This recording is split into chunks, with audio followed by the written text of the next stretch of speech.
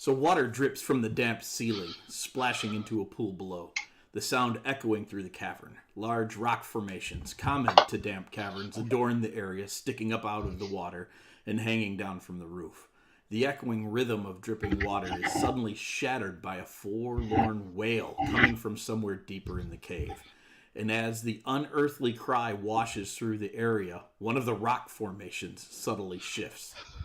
And then a hulking figure lurches forward out of the water.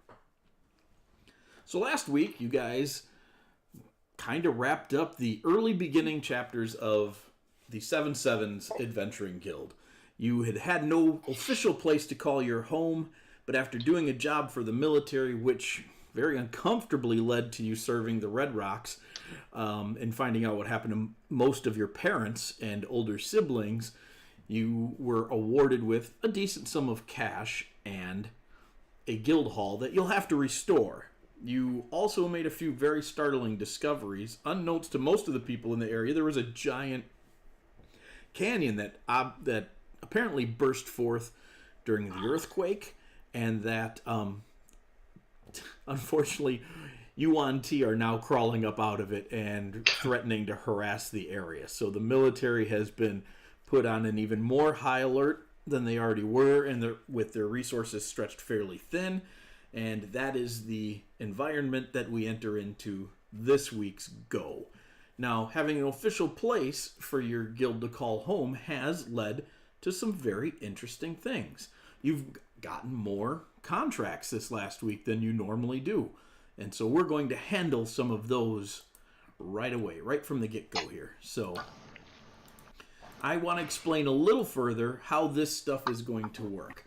Now, every week moving forward, unless it's what I'm going to call a campaign story week, and in those weeks it'll be pretty obvious which adventure you guys should pick. You'll be given an option of adventures to choose from. The earlier I know about it, the better. It helps me to get set up.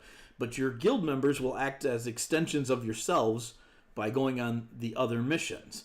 Now, I want everyone to understand moving forward that if there are campaign elements tied to these missions, and some of them will have elements tied to it, you will get those regardless of outcome so that we can progress the story properly. You might not get them in a fully fleshed out form if you send the wrong team, but you will at least get what you need to move forward if it is a campaign sensitive issue. These missions do involve risk and reward, and depending on how the team handles them, people could die. Or you also might come back with great treasure. You might come back with not a lot of treasure. There is a success failure rate, although I think I have designed the system to lean towards success and away from failure. We'll see. There is a scale of missions, and that will sort of be able to be felt out depending on how the job is asked for. If you deal with someone in person, you might be able to ask some questions up front. If you receive a letter asking you to come and deal with a problem, which is a common way that guilds are contacted, you don't get to ask a lot of questions there, and you just send a team. So here's how it's going to work. I have a spreadsheet now available with the different acts of the adventure coming up. And so when we start a round, you will send that team on that adventure, and you will find out how they did. Any rewards they gain will be accessible next week, not this week. So you guys picked to do the mission for Despina, the wizard whose tower you didn't really ruin, and to be honest, you helped keep it from being destroyed. So she's given you a second chance, and you decided that this is something you wanted to handle personally, which means you have 2 other missions to send your team members to. You can, depending on how many guild members you recruit, you can send up to 5 members on a mission. So there was the Merchant of Copanis, who has a ghost problem. Copanis is a nearby city. You haven't done anything over there yet, so this is a good opportunity to show up. The other mission was scouting the Split, which is what everybody's calling that large canyon that opened up that the Yuan-Ti are coming out of. So, at this point, you guys get to decide who goes on what mission. Did anybody have concerns with the teams that we had set up? I don't think so. I think I didn't have any changes. Yeah, talking about the sending a recon team to the Split, and then the remainder would go do the haunting. Okay. So I don't remember where I saved that. And for the split, they just want like the situation investigated it is a scouting thoroughly. mission. Yeah. Okay. Yep. So we don't need to say anything extra like in this situation to our team because like we're sending them under the presumption. I hope like if this is a scouting mission, don't get killed. That's pretty much it. But you can suggest other things that you want them to focus on inside of that. I alluded to that in the post. Yeah. So for the scouting team, we would have Grummy, Sky, Skog, and Racky. With the understanding that they should do their best to be stealthy and not get themselves killed. Okay. If they need to, they should run instead of engaging. Sounds good. And then maybe send them with anti-venom. I don't know that we have any anti-venom. We could get some from that one guy who gave us anti-venom in the first place that I built the cages for, remember? I mean, they really shouldn't need it because they shouldn't be engaging and it's just recon, but you never know. Yeah, how much is it to get like 2 things of anti-venom? Just in case? We could buy some. Okay. Yeah. And I do count this into how you're geared your NPCs are counts into this. I'll explain to you. I am adding a certain bonus to, and I'm gonna have you guys make D20 rolls for the different acts of the adventure, and I'm assigning certain bonuses depending on the classes and how well equipped they are sent. And the bonuses are pretty generic. Like the scouting one has a stealth DC to it, so if you send more stealthy characters, your bonus obviously goes up. So we don't necessarily like have someone get killed if someone rolls a 1. No, that's definitely how you get someone killed. Is by rolling once, and it is set up on a skill challenge scale. So there is a full failure, a partial failure, a partial success, and a full success. Too much stress. I vote not to roll. So that's how that's going to work. But Ryan wants no part in the death of his NPCs. Look, I got myself killed already. I don't need to get like an NPC killed. I am tracking your NPCs and their gear level, their actual level, all that type of stuff. It factors into a generic bonus that they get, which goes up by how well they're geared, how well they're trained, all that type of stuff. So let's handle the Merchant of Copanis first. You send your team down to the city of Copanis to investigate a ghost problem. They meet a very eccentric merchant who claims to deal in arcane antiques. From the look of it, the shop is filled with junk. So the first order of business is finding the ghost. Somebody please make a D20 roll for the investigation process of finding the ghost. Who's going to roll that? That one shouldn't be able to get somebody killed, so I'll take care of that one. Right. That is a great roll. That is a full success in the investigation. They are not in the shop but 5 minutes, and the ghost makes itself known by starting to push things off the shelf and all that type of stuff. It starts a combat. It engages the adventurers. So I need a combat roll. Okay, Ryan, your turn. All right, I'll do it. Not terrible. That's not terrible at all. Because you have a cleric along with the mission and a mage, you actually got a decent bonus for this one that is going to qualify as a partial success. The first one was a full success. So this is a partial success. You fight the ghost, but it disappears on them, and they hear it still clunking around. There's some unfinished business that the ghost needs to resolve. For some reason, it is not going away. So somebody needs to figure out why. Ooh, Filbert wants to do that. Okay. Can I find a way to get advantage with what's her name? What the wizard? Marilee. No, and the cleric. Actually, do you speak with that? He cannot do that again yet, unfortunately. Oh. Yep. Okay. So well, it was worth a try. D20 roll, please. as the team gets together to figure this out. They struggle greatly trying to figure out what is causing the ghost to stick around. They do eventually get to it, but this one does qualify as a partial failure. And then it starts another fight with the ghost as they go to put it to rest while they're fighting over its remains. Apparently, a long time ago where this shop was built, somebody was murdered and buried underneath it. Hey, Ryan, your turn. It's Ryan's turn. What about Adam? Oh, Adam already got it. Roll. You didn't make me roll on a combat anyway? Jeez, guys. You're the one that waited, and with our trend, you could get somebody killed. 50-50. All right. That is a total of a 15. Hashel gets to test out his turn undead skills. The team takes a beating, not a bad one, but they managed to put the ghost to rest. That is a partial success. Almost a full success at the difficulty level of this mission. So overall, this mission comes back as a partial success. Your group is paid out 200 gold pieces, and this guy tells you that he will be able to barter your magic items for a better price than most. So you get a trade agreement for the sale of magic items out of this. Nice. Nice. For just selling or purchasing as well?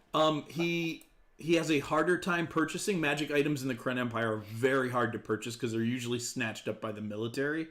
But he can put his feelers out there. Okay. So Let's move on to scouting the split. I don't want to spend a ton of time on these, and there isn't a whole lot of role play involved. This is really just how your team deals with it.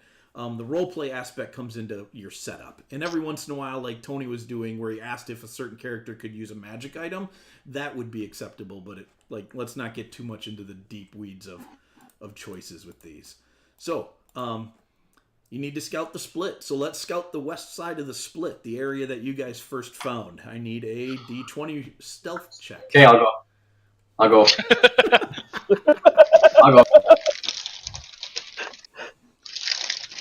Oh, that's Hey! I was totally waiting for it. Yep, they've been spotted. I know. Combat. I was like, there's no way I can hit a 1. That's awesome. Your team does a fantastic job scouting the west. They are completely unnoticed. They do see very minimal signs of activity in the area. So they move on to the east side. And I need a roll. Yikes. I thought that was a 1. Not That as was a good, 1. but it isn't.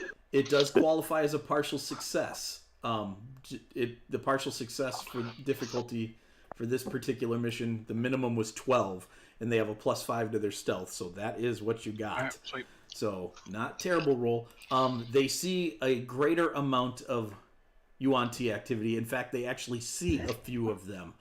And they are moving in and out of what looks like some ruins that have been unearthed on the far east side of the split. And so they are going to now investigate the ruins. And I need an investigation DC. You want that one, Mav? Yep. Already going. That one is not so good. That is a partial failure. Could have been worse. But it does lead to a fight with a couple of Yuan-Ti scouts. And so now I need a combat DC, which this group is pretty decent at.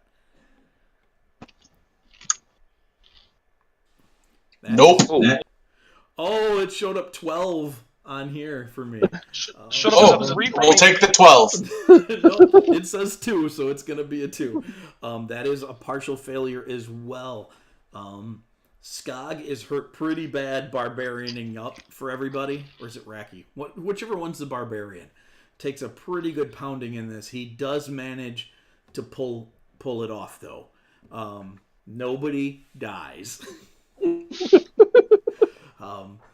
Barely. So they make it Barely. back with the information that they got. That is full success, so that brings that to a 3 partial successes and then a partial failure. So that is a partial success, not by much, but it is still one. You are paid 300 gold pieces, and you're given 3 potions of healing as a reward for that. And so these will also grant you guys favor as well as jobs are done and things like that. So that's what goes on with your guild members during the week. So now let's move on to your downtime activities. So I believe people were working on the house for the most part. Who was putting in just genuine crafting time?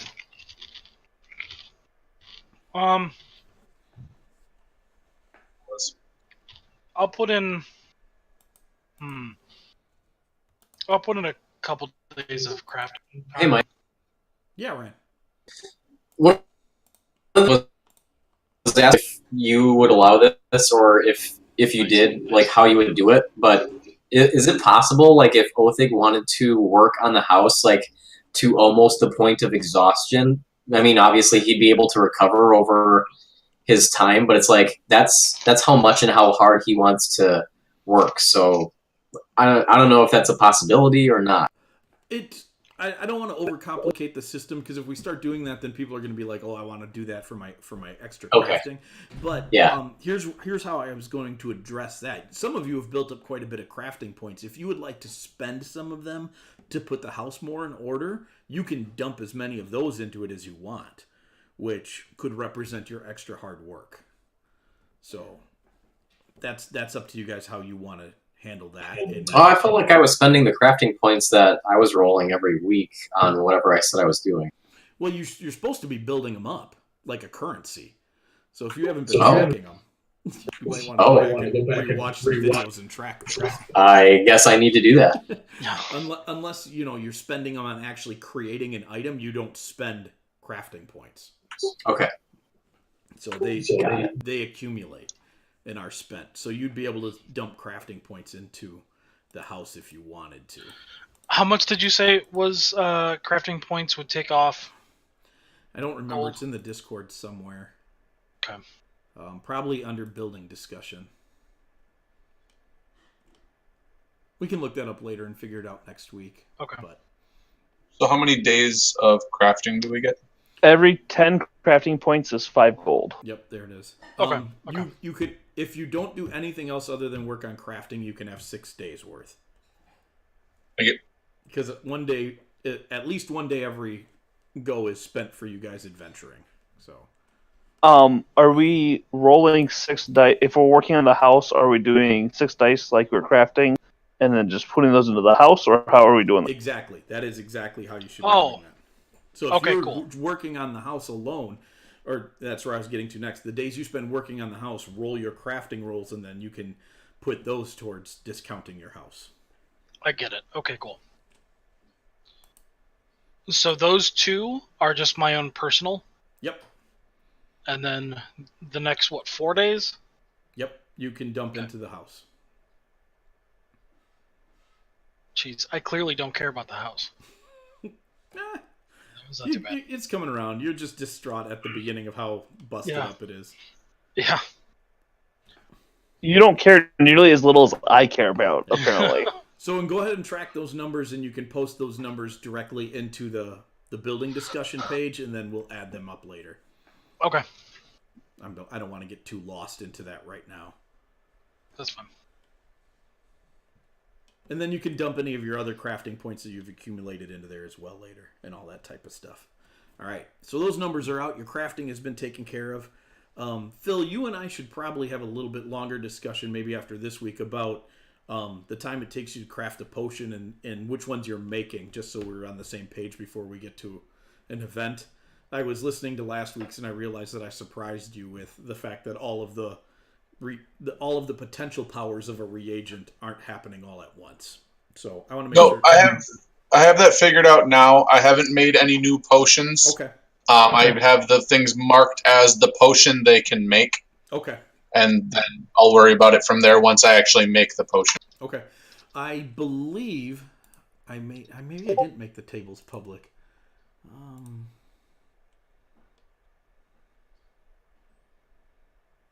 I don't think I did. I am going to make 2 tables public for you guys, and I recommend spreading them out so you can see them more clearly. These are the crafting tables. I think I did post them in Discord, like the concepts of them once, but these are the finished tables. So if you ever want to work on something and build stuff, let me know. I can open up. They're also under story, under AOG quick links. Yep. So just so you know when you're working ahead, what what that stuff looks like. For the work we put directly into the house, is that a 1-to-1 ratio, or is that still a half? I'm gonna say it's a half. Okay, that's fine. Yeah. Mike, if I can, during my crafting time this week, I want to take a little bit of time and turn what I have of those purple crystals into vials to see if it'll imbue my potions with any kind of special power. Oh, that's interesting. I forgot you had those. Otherwise, I would have discussed those with you. And that is an appropriate use for you to be able to do that with your glass blowers tools. Tony, you figure out doing that if you make a vial out of that, depending on what size you make, and you can make, let's just say, actually, you'd probably only want to make larger ones. So you can make larger vials out of that, and you can combine potions so that one potion, you can keep adding to it. So if you have minor healing potions, you can dump them into these larger vials and stack up the D4s. Ooh, okay. And whoever's drinking out of one of these vials can decide how many of those D4s to take. Okay. And you said I had 30 pounds of that crystal. How many of those vials can I make out of that? It's a pretty weighty thing, so I'm going to say you can make 6 of those. Okay, thank you. Yep. So then you guys can track potions not necessarily by minor or greater, but by how many D4s worth of potions you have. If that makes sense. That does. Since every potion is a D4 plus 1, and then it just stacks from there. That's how you know how many D4s to take is the plus. So you could swig, I'm going to swig 3 D4s out of this, and it'd be 3D4 plus 3. Just cool. And each D4 costs how many crafting points? I don't remember. That's on the thing. Oh, somewhere? Yep. Okay. I want to say it's 50 25 points. No, 25. There it is. That's right. For minor healing. For the platinum pieces that everybody's getting, am I able to get that this week? Yeah, you can definitely get those this week. That's definitely something that you'd be able to just go down to the market and pick up. At least, or have made. And then Othig, you're going to enchant your weapon as a +1? Already did it. No, yep. It's just a base enchantment. Just turns it into a magic weapon so it can overcome resistances. Not +1. Okay, got it. Just the magic weapon. Yep. All right. Any other questions about crafting or downtime this week?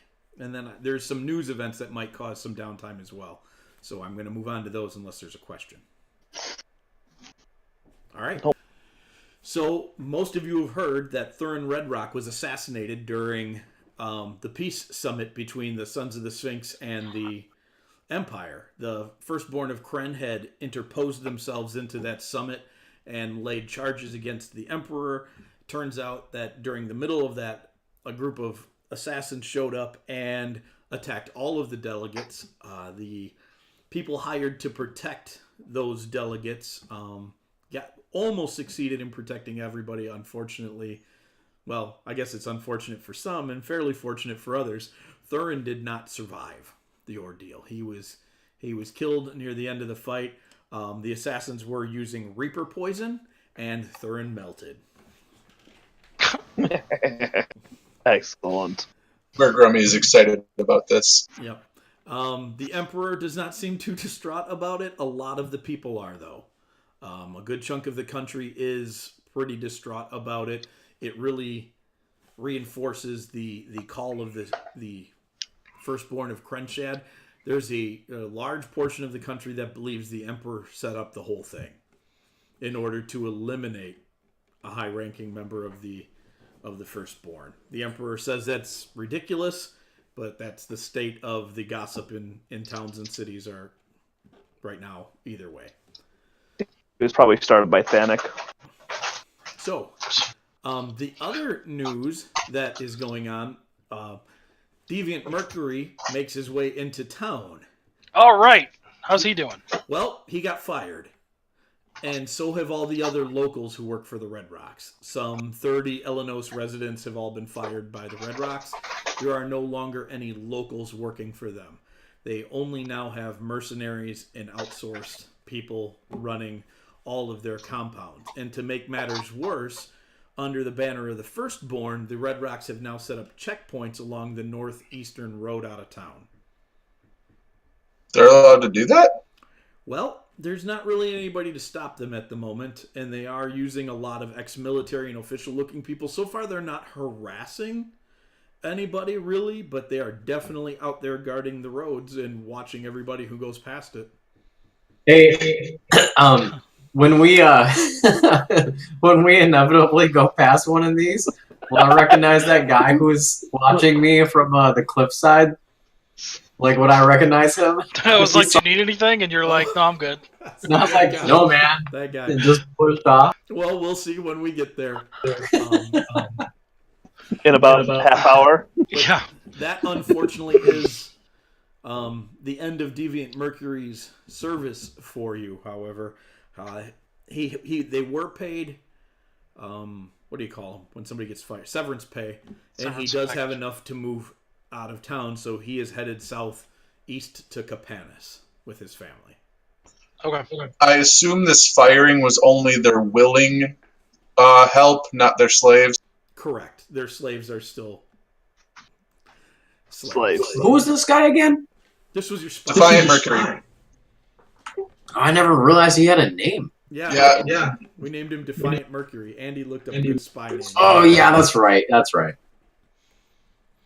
Which is ridiculous, but hey. The only thing ridiculous is that guy got fired. You get one guy into the guild to give you information, and they fire him. Yeah. Coincidence? Jeez. Your insider source is unfortunately dried up at the moment.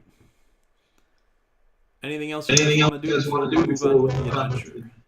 I just want to ask the group if they want me to spend the remainder of my crafting points getting us some healing potion into these vials I have for you guys. Yeah, sure.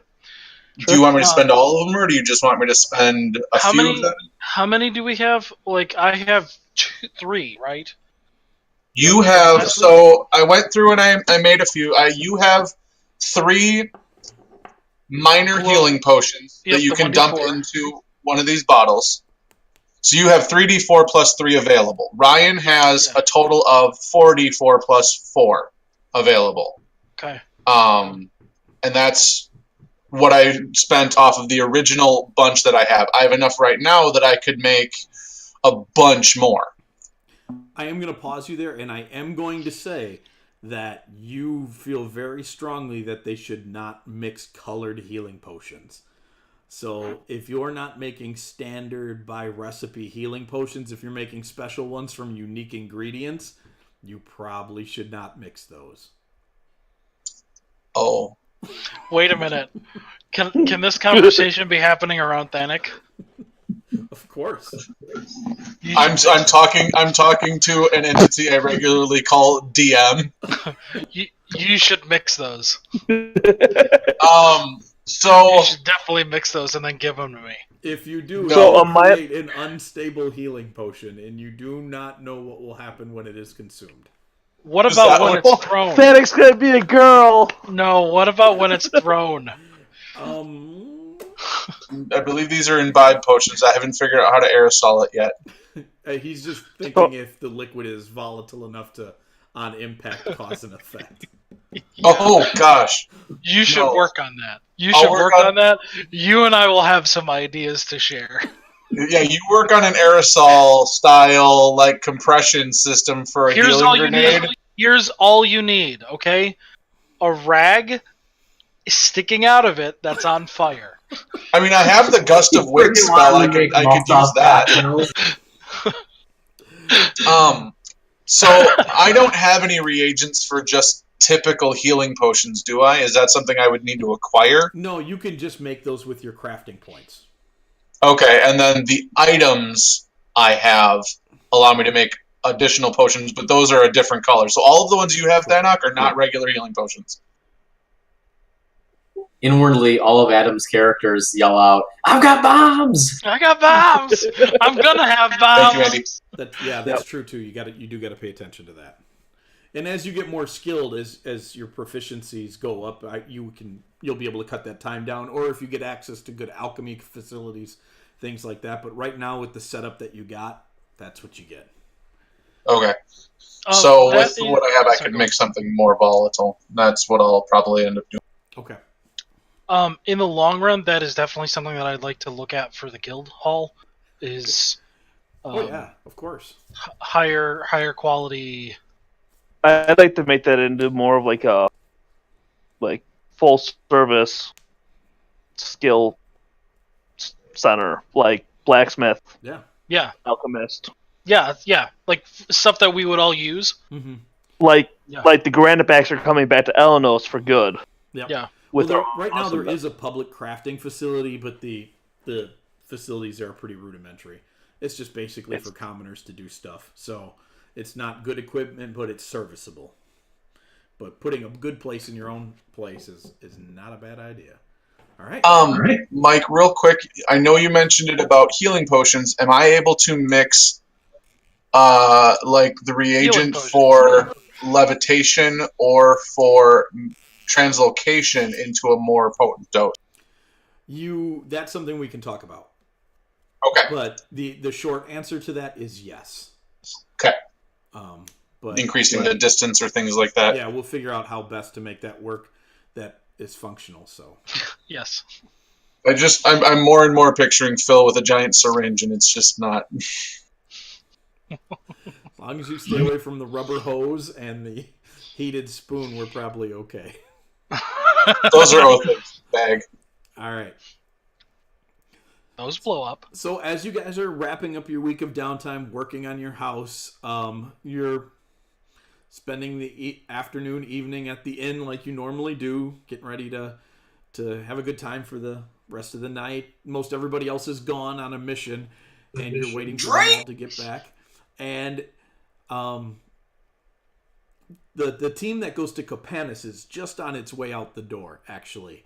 And in walks a taller human woman. She's probably about 5'8", 5'9", so taller for a lady. Long blonde hair, very elegant looking. She's wearing the robes of a wizard, and as she walks in, Marilee and crew are walking out, and Marilee gives her the stink eye, like a really big stink eye, and then realizes what has happened and laughs and yells, "Good luck with her," and heads off on her mission. This woman approaches you after returning said stink eye back to Marilee and introduces herself as Frona Phaedry. She is the new apprentice to Lady Despina, and says that the lady has granted you a second chance if you're willing to run an errand for her.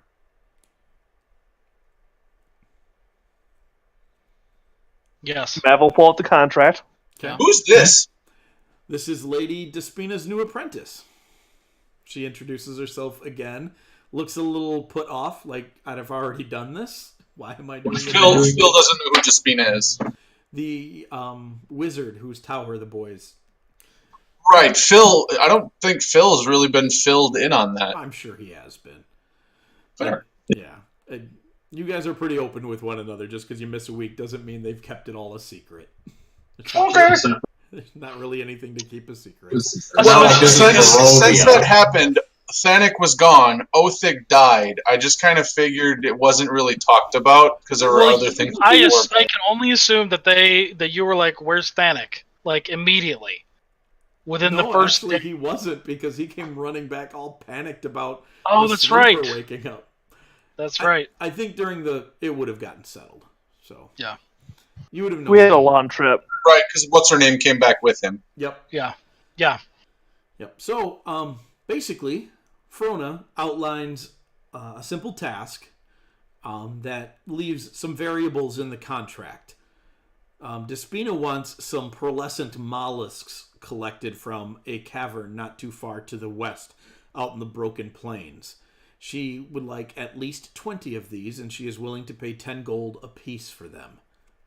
Do I know anything about pearlescent mollusks? I don't think so. Anybody trained in nature? Phil is proficient in nature. Phil might know what a pearlescent mollusk is. But like, is it like a reagent? The shells of them are used as a reagent. It's basic. Frona would tell you that. She wouldn't hide it from you. Okay. I'm not proficient in nature. I'm proficient in fey nature. I forgot they're different. Okay. She basically says that the shells, when ground up, are highly sought after spell components when it comes to placing wards. And she kind of looks at you guys like the kind you'd put on a tower if they've all been ruined. Ha! That was Thanic's fault. Excellent. It was not my fault. The mark on your face said otherwise. You can't see that mark. No, but I was told about it. What? Can she give us information on what we're looking for? Yes, she can. Like, it's a small. describe it. Smallish, not actually really small. They're big for a snail. So a golf ball sized snail that is found in a lot of wet underground caves. The only one that she knows of in the area is this particular cave that's down in a sinkhole out in the Broken Plains. It happens to be fed by a few natural springs in the area, and so the cave is ideal for them.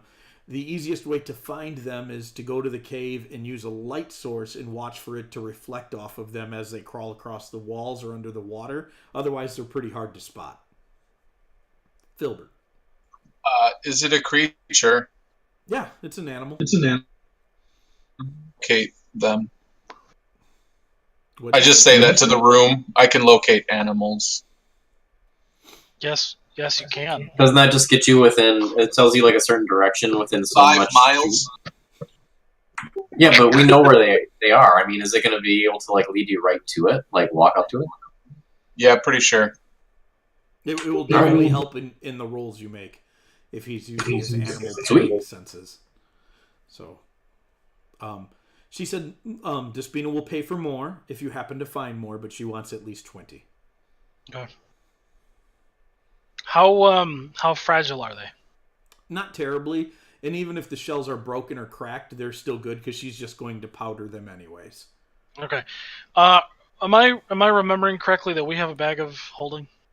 Yes. You do have a bag of holding. Okay. Filled with mushrooms. Nope, I made stuff out of those. Okay, so we can put the shells in there. Yeah. Or the mollusks in there. Mollusks. Okay. That's the other thing. Do they like? I'll mention that. Like, are they alive? Yeah, definitely. So what happens if we put it in the bag of holding? The snails will die, but the snails are going to die anyways when she rips their shells off of them and begins to crush the shells. Okay, so that's an acceptable means of transportation. Yes, as long as the shells are within a month of the snail dying or abandoning it, they're still usable. Okay. Do we know if these by chance might have any interest to any of the upper echelon in this town as a delicacy? Probably not. The Kren are pretty straightforward with their eating habits. Sometimes even like shellfish from the ocean and the inland lakes are a little off-putting to them. They'd rather eat beef and chicken and breads and cheeses, things like that. They're pretty... The grasshopper. Yeah. How do they feel about snail snail races? Snail races. I don't know if anyone has ever attempted a snail race before. So. Well, it's on.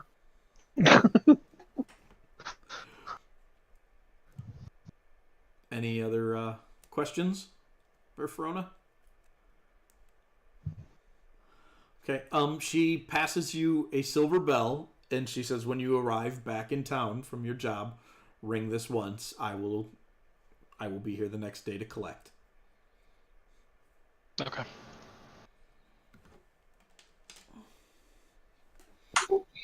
Mav, take the bell.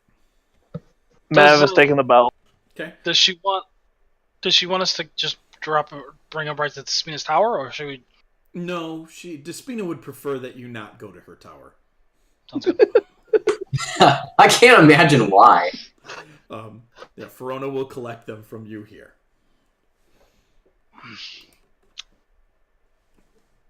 Any other questions? I don't think so. How far away was this place? Does Despina hate us? It's pretty far away. She will mark it on your map, and I am about to open that up Okay. for you. Hopefully, Is there anything? it won't be stupid this week. Is there anything else we have to be concerned about in the cave? Well, This isn't necessarily directed to Frona. It could be to the local town people. Well, Like, it's a cave pretty far out on the fringes of civilization. It's actually not too terribly far from the Iron Fist estate, but not a lot of people go there. You're outside of the green areas of the Palm where farmers are present. Every once in a while, a rancher will move a herd out there, but even then, it's kind of on the outskirts. So a cave like that does have a tendency to attract creatures of various kinds. So you should be prepared for that, but nobody's ever talked about anything super dangerous. okay. And let me share that map with you. So there it is. You can see it out to the west of the Iron Fist estate. It is the Broken Plains Cavern, and it's decently known, but barely anybody ever goes there. Anything else you want to do before you head out of town? I'm going to assume you head out the next morning. Probably, yeah. And we can just take the road for the majority of it. Yep. You could, or you could head out tonight, stay at the Iron Fist estate, and get there during the day tomorrow. If you go in the morning, you'll probably get there at night. That's not a bad idea. Let's do that. Because the Iron Fist estate is where... What's his name is at, right? Is anybody staying there right now? Khalid are still there. They do plan on moving into the guild hall when you guys have it set. But That's what I was going to say. Yep. Like, did they even know anything about that? Yeah, they know. You guys send communique back and forth pretty often. Okay. So they know all about it. They're excited for it. I mean, I don't have a problem with staying overnight in the Iron Fist estate, unless somebody else does. No, I don't have any issue with that. All right. Okay. Let's do that. All right, so you guys head out, and you get to the Iron Fist estate a little later in the evening. It'll be well past dark, probably close to 11 o'clock. On your way, you pass the Dematopolis farm, and you do see down the road off to the east, you do see a large group of mercenaries guarding the road. You assume these are the Red Rock mercenaries that Mr. Mercury told you about, but they're guarding the opposite direction that you're headed. So, unless you want to cause a ruckus with them, we'll just move on to the estate. No. Okay. You get to the estate that evening, and Khalid and Oren welcome you in, and they ask for personal news. You haven't had a lot of time to talk to these guys individually. Is there anything you'd like to share with them before you head off to bed? Well, nothing I can think of. Okay. You just give them a rundown, a general update of how things are going. They're pretty pleased and happy with how it's all unfolding. I guess we'll let them know that their cousins are back. Right? We have two Iron Fist flunkies from lackeys from the Black Claws. They're clan members, and most clans are a lot bigger than the Granitebacks were, so it's not necessarily blood relations anymore. A lot of it's adopted name, but they still would be pleased to know that there were more Iron Fists in the area. Khalid will not have personally heard of these two. They'd been outside of his sphere of influence. Like I said before, like, sometimes dwarves will take a lot of pride in their name, and other times, like, they'll see upgrading a name as a good opportunity, and there's no shame in doing that between households and family, as long as the name they take isn't shameful. So, like, you guys would be hated for taking the Red Rock name by everybody you know. So, right. It'd work like that. But if you took, like, the Stone Shield name, like the general you met last week, that wouldn't be a big deal at all. People would be like, oh, good for you, you're a Stone Shield now. Cool. And move on. Would the Stone Shields have an issue with that? Well, they'd have to let you into the clan. So, you just don't... We can't just call her, sir. Yeah. Gotcha. We're Stone Shields You can refer to me as Mav Stone Shield. Walking around, Right. saying he's all sorts of different clans. Chosen by the general himself. What? Chosen one! Yep. So, all right, so you guys share news, and it's good to catch up, and off to bed you go. The next morning, you're up bright and early and headed off into the Broken Plains. Now, this is a very rocky, craggy area, a lot like the area towards the Split, except this is older. This has been around much longer. The Split is new. This place is old. There are no giant canyons like that, but there are some wash ravines and other things like that that have formed up. So I want a survival check to navigate the plains. From all of us? We do have climbers kits. Yeah, I was just gonna say, there are kits come into play. In places where you might have to save some time where you could scurry over a ravine. Jeez. Get it! Whoa! That's not so good overall. Not terrible though. You guys, it's slow going for you. You feel like you're on the right path, but it's pretty slow going. You crawl up over. You use your climber's kit to descend on one ravine and come up the other side rather than going around for the mile that you'd have to. You're not sure if it saved you any time or not, but you feel better about it anyways. When you come up on the other side, I need you to make perception checks though. Real quick, Andy, can you take the AC off me? Oh, 20. Ooh, look at that. 20 minus 1, 19. That's pretty good.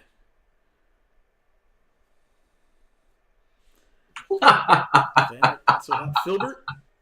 Not great at seeing. Working on it.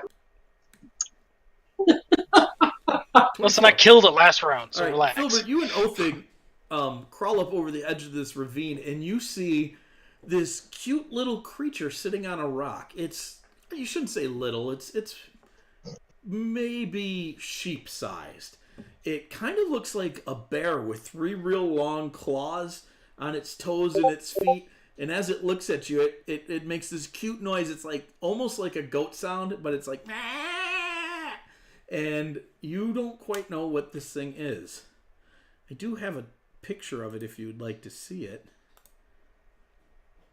And then you can maybe better decide what you want to do from there. Does it look like a beast? It definitely looks like a beast. It's this. Here, let me share.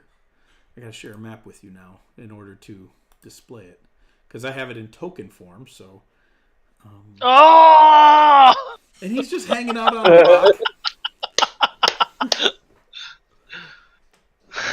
Does he look like he You belongs isn't that there? big? I mean, his Is it that big? No, it is not that big. Yeah. It's small size, so it qualifies as a small creature. It's literally baby Godzilla. I'm gonna ask everyone if I can take a minute to cast the ritual Speak with Animals. Yeah, go for it. Okay. Yeah, that's fine. So you start casting a ritual, and it looks really curiously over at you. And Othig wants to play with it. It starts to move towards you guys just super slow. This thing appears to be in absolutely no hurry to get anywhere. Its cute little claws are kind of fumbling over itself, and it makes it over to you at about minute 8 of your ritual cast. It finally gets to you, and when it gets to you, you notice it's wearing a loincloth and has an axe buried beneath its fur, and it leans back, grabs its axe, and just screams in rage, and then others pop up out of the grass nearby, and you're going to need to roll initiative as the sloth folk barbarians descend upon you. What? Yes! What? This is so jacked up. That's the most retarded thing I've ever heard. They better have like a -10 to their initiatives. Literally, Ryan, because their progress is slowed or hindered. I just wanted to play with it. It's got a freaking. We're about to. Oh man, I know, that's why I put him in there. You can all thank Cowboy for this later. It was my actually gosh. you could thank Cowboy's wife Hannah. It was her idea. She was asking Cowboy if she could make a sloth folk class or a race, and he's like, sure. And they told me today, and I was like, I gotta do this. They're going out into the wilderness. This is what's gonna happen to them. Hey, Andy, what's your hit points supposed to be at? Hey, does that mean these things have a language and can be a player character as well? Perhaps. Okay. I don't know if they're a player character race yet. Just keeping it in mind. But the small ones do have... Cowboy has it worked up as player character races, not a monster race. The small ones do have a +2 to their charisma because they're just so darn cute. Of course. Actually, Othig and Phil, you should probably change spots because it walked up to Phil who was casting the ritual. Yeah. All right. You guys all got your initiatives in there? Mav. I rolled a 1 because I was casting a ritual. I rolled a 9 because I didn't think it would pull out an axe. Yeah, I kept it very well buried in its long, shaggy fur. Yeah. I, however, did not teleport. Yeah, I saw that. A 24 perception didn't see that axe. No, he was. You were overwhelmed by his cuteness. A 25 would have noticed the loincloth from afar. It was a good enough roll for me to not give them full surprise as they got closer and you noticed the loincloth and went, So, Mav, you're up. Well, Mav is just going to kind of tuck himself in the middle here and tap its brothers on the shoulders and tell them to go get them, buddies. Go get them. And then he's into, well, cast Guiding Bolt. That's a good one. Oh, hold on. Before you do that, I gotta do something with their HP because they've all gone into a rage now. And the easiest way for me to deal that is just to add temp hit points. Okay, cool. Okay.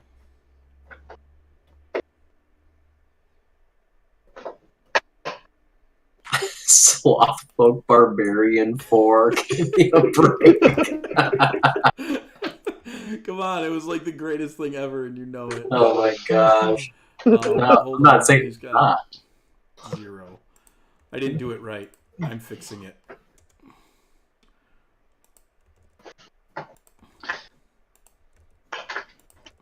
Alright, so you slam into him with a guiding bolt, and it, honestly, you see him flinch a little bit, but it looks like he's barely taken any damage at all from this very powerful guiding bolt that struck him. But Slothfolk Barbarian 4 now, whoever attacks it next has advantage on it. And it's going to run towards Othig, so Othig, as it comes into your circle, if you'd like to take an attack of opportunity at it.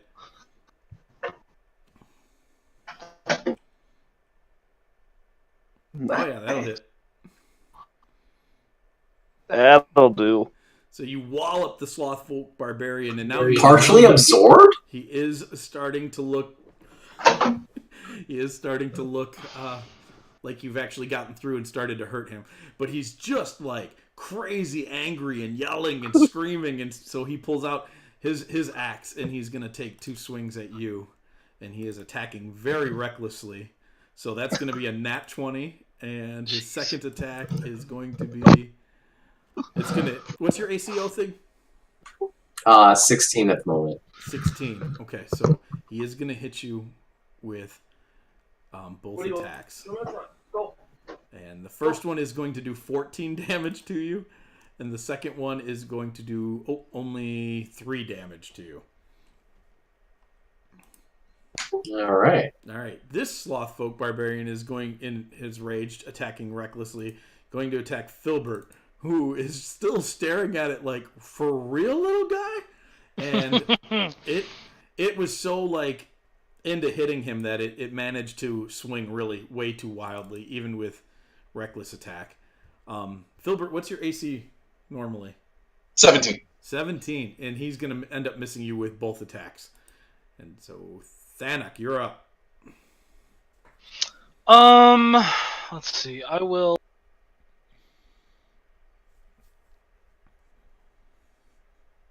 Look how cute they are. No.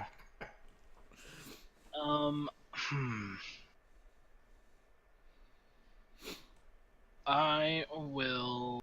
I'm a little worried about that, so I will come to this one and attack Sloth Barbarian 1 with my 3-headed dire flail. Do it. I missed. Oh, Yeah, you go to hit him, and he just dashes out of the way off to the side, right and you out feel of the. like you have just barely missed him. He Yeah. dashes off to the side. Come on. Yep. Um, They're spectacularly fast once they got moving and went into a rage. It looked like they Oh, had okay. to gumption up Huh. that rage, though. Yeah. 'Cause Everything I'm about going- this thing is a juxtaposition. Oh, thing. Jeez. Okay.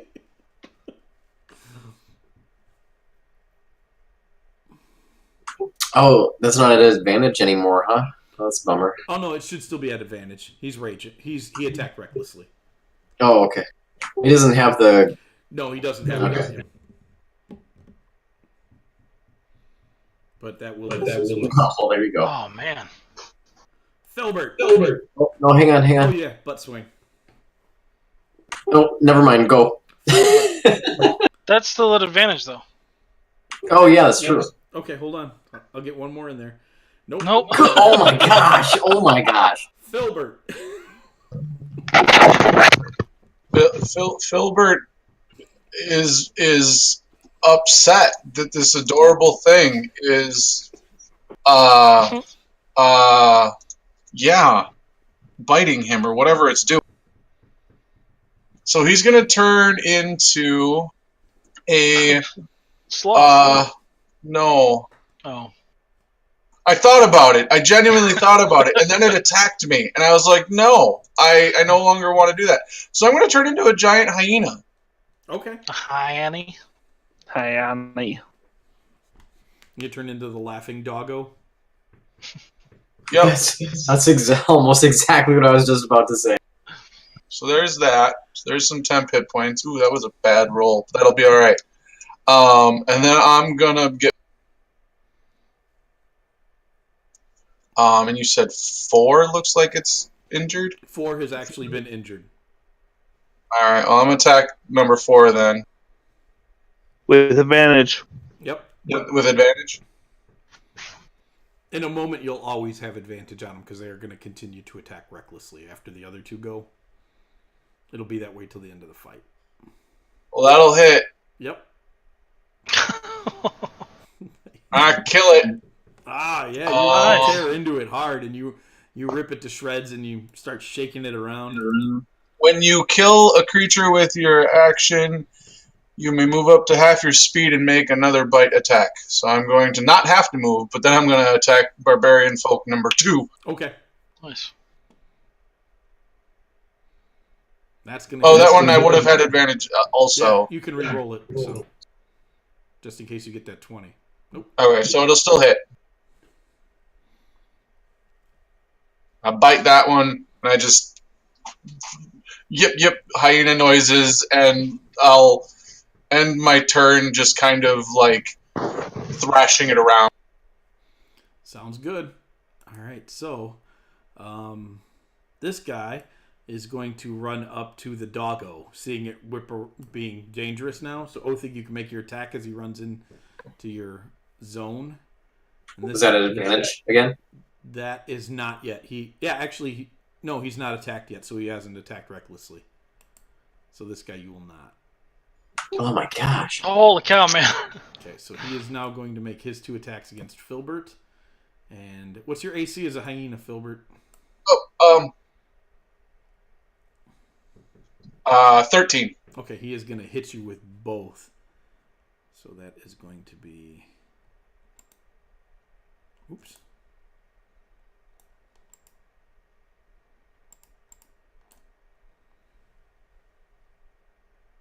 That is going to be a total of 13 damage to the hyena. And this second one here is... You know why I'm rolling bad? I got so taken by surprise, I didn't Wargone. Oh, there's Sure the did, man. Wargong. You're just appalled at this whole thing. What is your AC currently, Thanak? 17. 17. Okay, he's going to hit you with his first one. And Okay. he will hit you with his second as well. So for a total of 17 points of damage. That's actually minus. Both hits were 17? No, one was No, I meant like both hits together were Yes, 17. Together with 17. He attacked recklessly. Yes. They have all attacked recklessly now, so everybody has advantage on them now.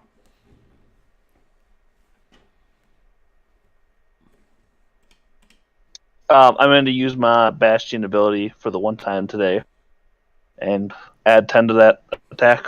Sounds good. You will smoke him then. Smote him upon the mountainside.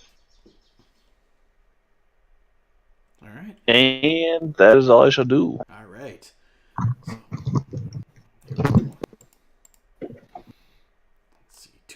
Two stabs against the hyena, and those are both going to hit.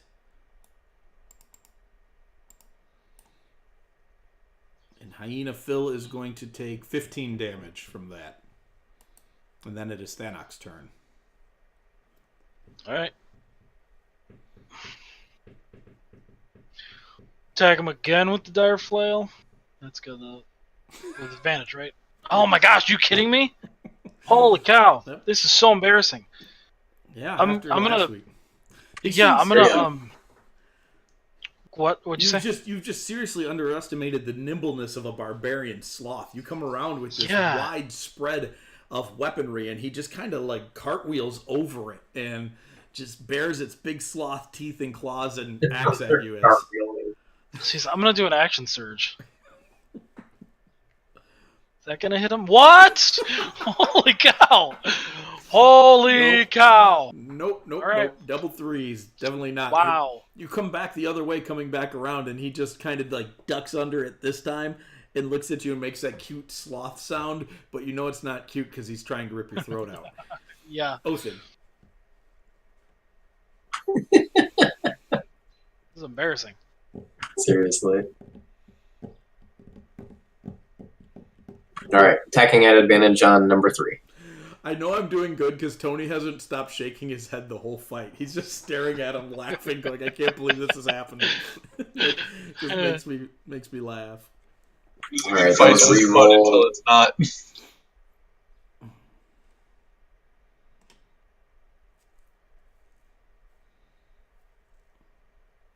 Oh, wow. This is kind of payback for last week. I'm gonna Yeah, action for real. surge. Okay, you can go ahead and action surge.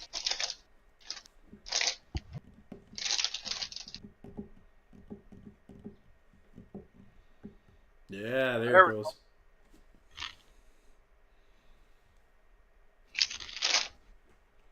Is it really absorbing this? They have temp hit points. It was just the easiest way for me to change it. Okay. So they're not absorbing. They are taking damage, but it's all halved. So I just gave them temp hit points equal to their hit points. Got it. So, Filbert, So, you are Raffle Dog. yep. I'm gonna attack number 3.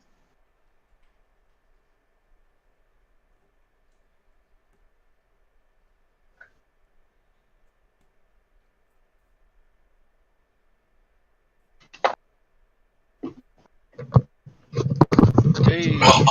2 19s. Very good. You can grab a hold of 3 again, continue to thrash him around. He's now looking hurt. And that will. I will. That is all I'm gonna. Okay. So on to the slothies. And let's see. Sloth 3 is trying to hit the hyena and will hit him only once for 8 points of damage. And Leaves me with 1. Sloth 1 is going to attempt to hit Thanok, but will... You said your AC 17? Mm-hmm. Okay, he'll get you once then. Okay. For 7 points of you damage. Okay. You can roll it on me if you want. Well, since they're rolling with advantage, it's just easier for me to pick up the D20 and duplicate it and drop it and add their smaller bonus than it is for me to actually click advantage, drag it over to you. It's just faster to do it the other way. As far as like the damage goes. Oh, Doesn't yeah, matter, I suppose I could. Yep. All right, Mav. Okay. One of them was wounded. Number 3. Number 3 needs to make a wisdom saving throw. And he will fail. And he's had the dead toll on him. Aha. The gong goes off, and the sloth folk barbarian looks confused. And with that, I'm going to move up here and cast Shield of Faith, adding 2 to Thanic's AC. Nice. Oh, thanks. And that is all he shall do. Okay. Barbarian 2 comes roaring back, and will hit the laughing doggo just once. And see, I threw the damage on Filbert, but it didn't work.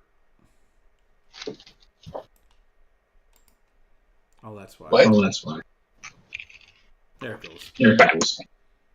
I'm not a doggo anymore.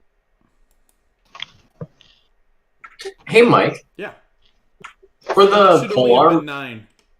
9 damage, not 11. Thank you.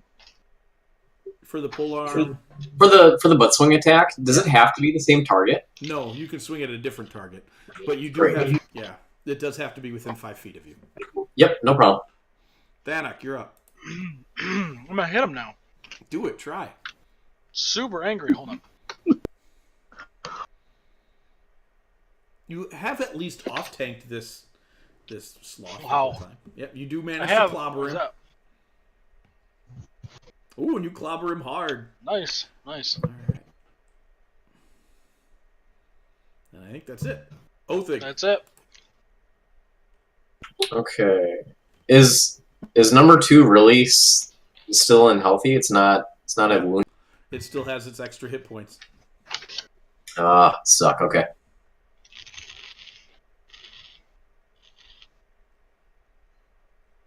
All right, I'll just stay put.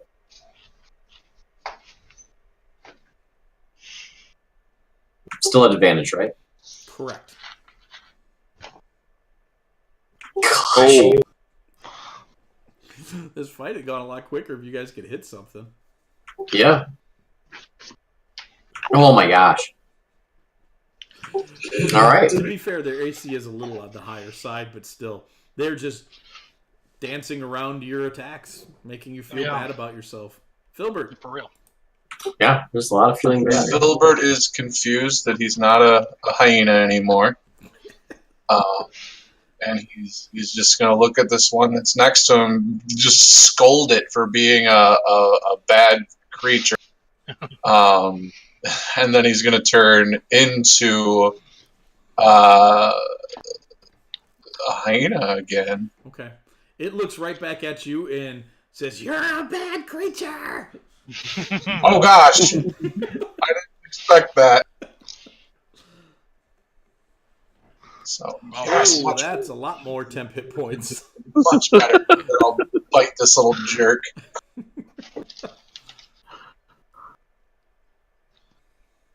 I'm gonna bite number 3. Okay.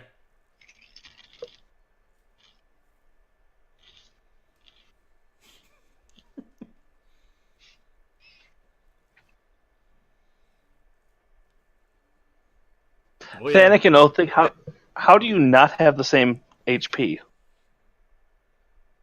I've wondered that. I'm not sure. This Thanik got more from his commoner bonus. Yes, but he has more than me, and I don't know how. He has 1 hit point more than me. He's had consistently 1 hit point more Right, than they're me the up. whole time, and I don't know how. Oh, I don't know how either. You guys can figure that out. Yeah. I mean, it doesn't matter to me, but Okay, so 3 goes after the hyena. That's a nat 20. Hot diggity dog. jeez.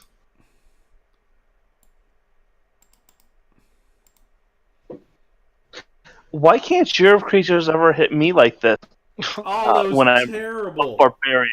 46 plus 4 was only 12 damage to the hyena. Wow. Sad day. And the other one is going to miss Thanak with both of his swings. Jeez, okay, sweet. Mav, you're up. Mav is going to toll the dead again. Do it. Fail. And do 3 damage again, but just enough. Just enough. All right, Barbarian 2 is going to attack Filbert.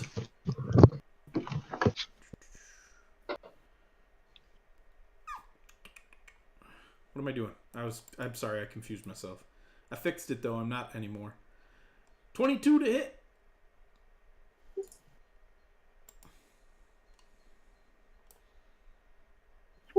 For 11 damage on the hyena. And that's it. Danak, kill your sloth. Oh, There you go, nat 20, baby. you're getting it. Oh, it's a good roll too. Yes! Real good roll. Real good roll. It tries to cartwheel over your dire flail again, but you just pound into it with all 3 heads. The chains As it kinda flips wrap over around the body, and you just fling its dead body like 15 Excellent. feet away from Good, the combat. good. While screaming, I wanted by a St. baseball Kane's beard! Yeah. All right, Othig, you're up. Oh, I'll go over here. Okay.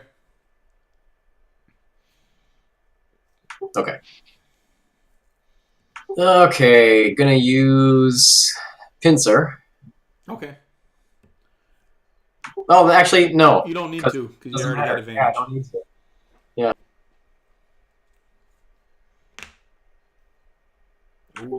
Oh, jeez. They're just too little. They're just hard for you to hit. They're too tiny. Swinging Nope, that big nope, spear. I'm nope, sorry. nope, You're right. nope, nope. Keep going. More Hey, rolls. Mike, with my bonus action, I'm just gonna heal myself. Okay. Gosh, Ooh, well, that'll please get say him, not though. that. 24 will get him. Nice. Hey, Max on the butt swing. I'll take it. Oh, heck yeah. There it is. Very nice. Now it's Filbert's turn. Filbert's mad. He's gonna eat this thing.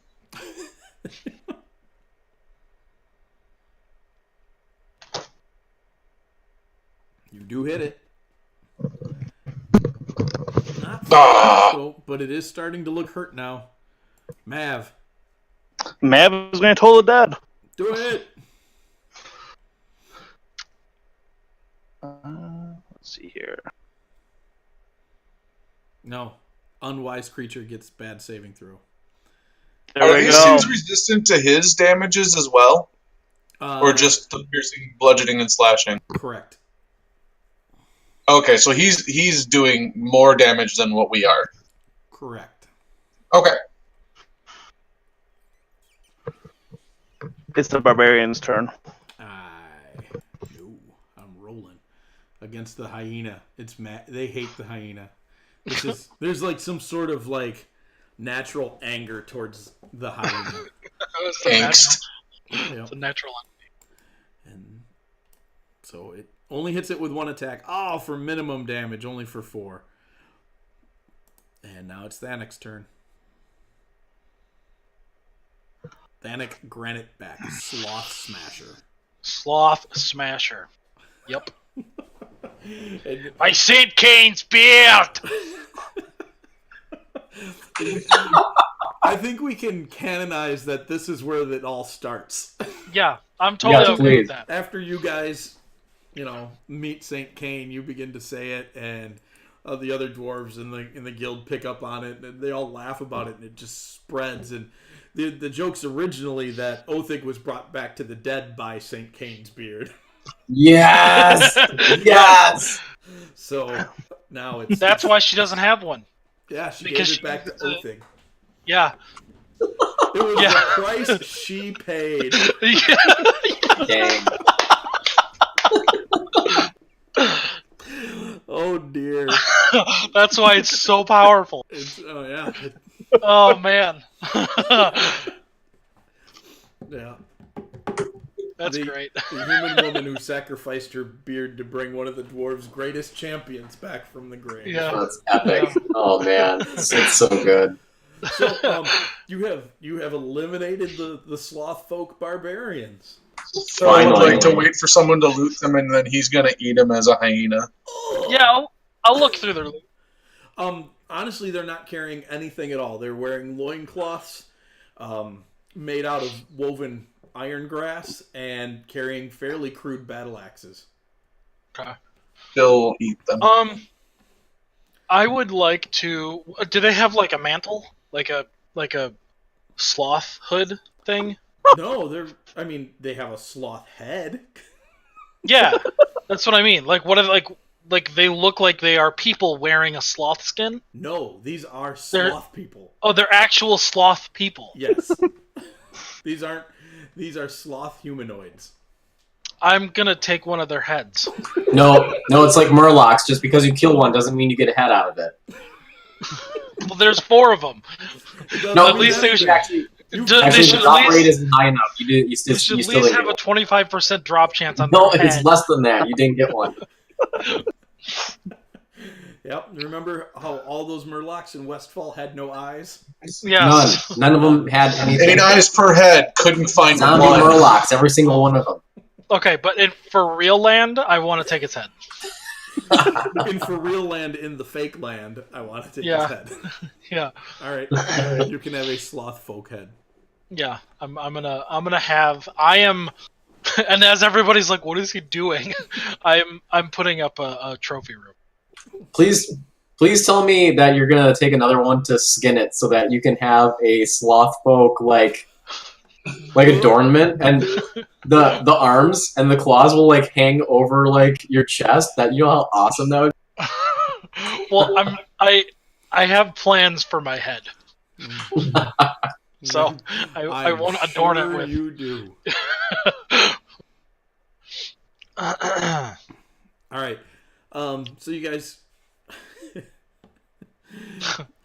look over and the hyena has devoured the remains of the other sloth folk. It's really kind of gross as you realize your brother just ate humanoids and your other brother took a humanoid head for a trophy.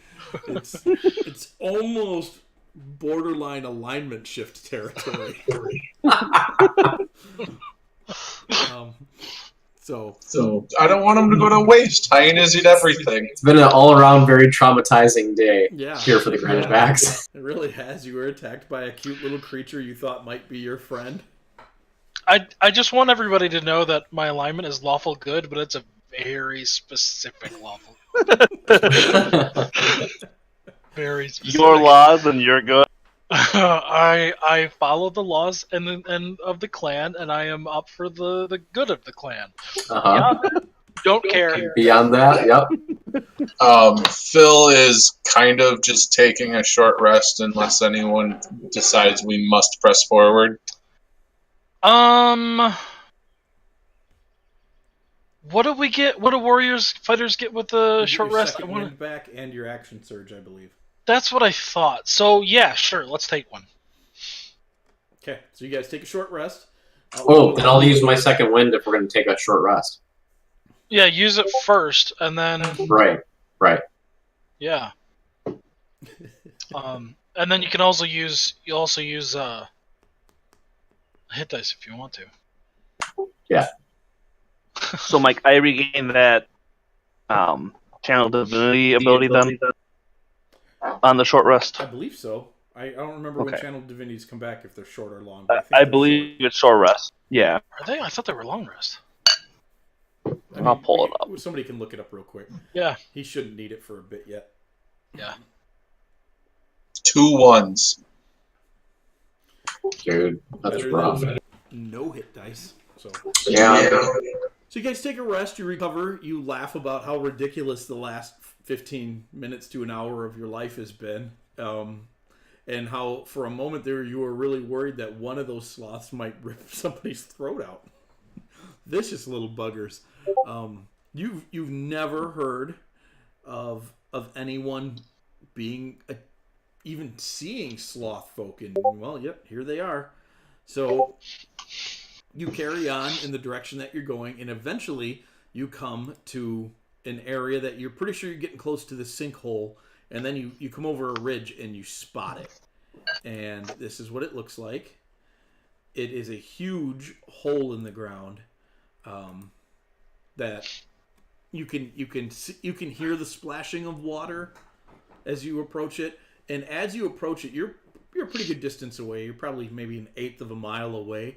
A massive eagle, not quite rock size, but it's definitely bigger than your standard giant eagle, with a rider on its back, comes up out of the sinkhole, and strapped to the sides of this eagle, and in both of its talons, it's carrying barrels. Who's riding it? There's a rider. You don't know who it is. Oh, rider. Okay. There is a rider, though. And this eagle takes off for the northwest. Does the eagle look like the eagles we've seen for the centuries around, or no? They ride griffins. Oh. Yep, Kren Army ride griffins. You've never seen an eagle this large before. Do we know the symbol for the Sons of the Sphinx? Yes, you would have seen it like in graffiti in certain areas and things like that. It is a sphinx. So Phil would like to use minor illusion to create a 5-foot glowing representation of this and just kind of flash it in the sky 30 feet above me as soon as I see this guy and see that he's heading in the direction of what Phil now assumes is the land they were trying to get. It would well, no, that would be more north. More straight. Okay. Straight north. This guy is headed northwest. But yeah, that's still gonna do that. Okay. Phil's gonna get us killed. What's happening? You can't tell at this distance if they notice or not, but he definitely doesn't change course. Okay.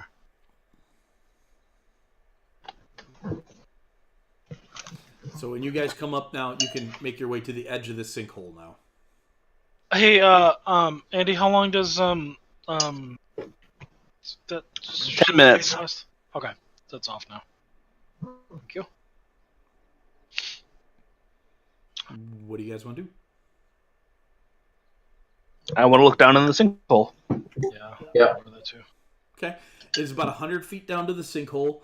The bottom of it has standing puddles of water. They don't look deep. You can see a lot of plants growing up through them.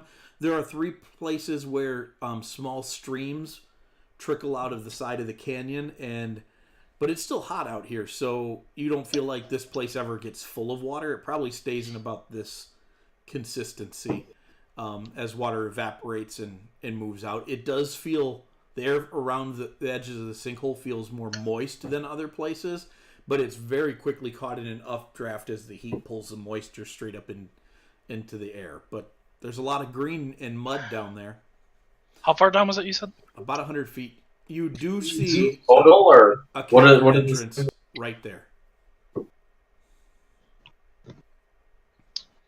what's the depth of some of these ledges? I'm guessing they're different or They're an all a average. little different, but on average it's about 15 feet down. Okay. I wonder if there's a place where we can secure a rope. There are a few trees around you could tie off to. Yeah, and then use, like, maybe tie a couple ropes together and Use that to get down. Yeah. What? So that one looks like it goes right down. So that one would be like 100 total then. Yep, and that would be, it'd be right And over there's the streams. But that would also be the most difficult to get back up. Yeah. Correct. The other ones would give us a landing to stop at.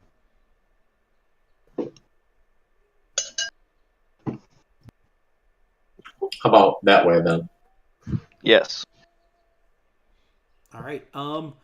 Let's see. When that's 4 drops. Please make 4 athletics checks for me. Are we going to use our climbing gear? We are going to use our climbing gear. Yeah. You all have climbers kits? Or Yes. Well, I do. We- I do. We have... How many do we Yeah. have? Then we bought Yeah, all that stuff. you bought Outside? them with the guild money, the original guild resources money. You totally did. All right. Go ahead, and you can make your checks at advantage because you're using a climber's kit. You said athletics. Yep. How many did you say? 4, please. Each one of us is making 4. Correct. Ooh, there was a 2 in there. That turned into a 20. Oh, no, it didn't turn into... Oh, there's another one. Good rolls. These are good rolls. Holy cow, I aced that. If only you could have rolled like this during the sloth fight, we'd have been here 15 Yeah. minutes. Oh my gosh! Like, the lowest roll in that whole business is an 8. Everything else are nat 20s and 19s. I got 2 20s. Yeah, beautiful. So did I. So you guys shimmy down the cliff quite a bit. Phil gets a little distracted at some of the plants growing out at one point in time. Thinks he spies something really useful. Turns out to be a dandelion. And keeps moving. And you get down to the bottom of the cliff where you guys are at. Please make perception checks for me. Gosh, that was 3 20s I got.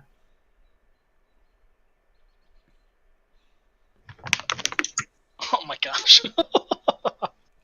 What is up with your dice? Seriously, Oh, like a top. Well, if anyone needs to use the bathroom. Wow. All that for an 8. I figured out what it is. It's because I have push to talk, and Alt is my push to talk button. If you're holding Alt when you throw dice, it tries to put a spin on them. Aha. Really? That's awesome. Yep. Yeah. That's totally what that was. Interesting. All right.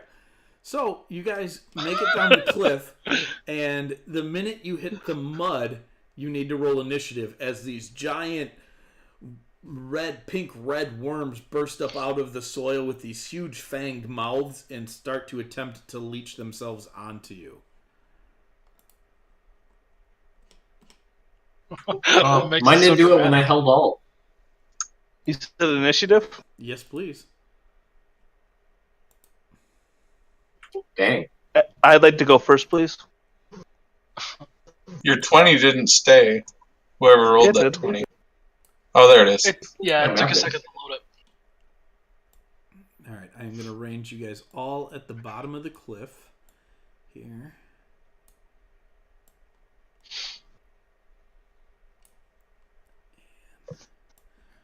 You are completely surrounded by these disgusting, huge worms that are bursting up out of the soil.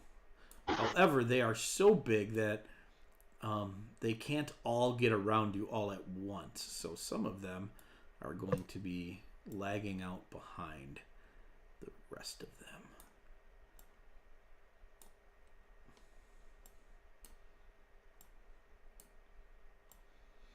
And you also notice that this ground is so soft that you are slowly starting to sink into it. Well, Oh, those are terrifying.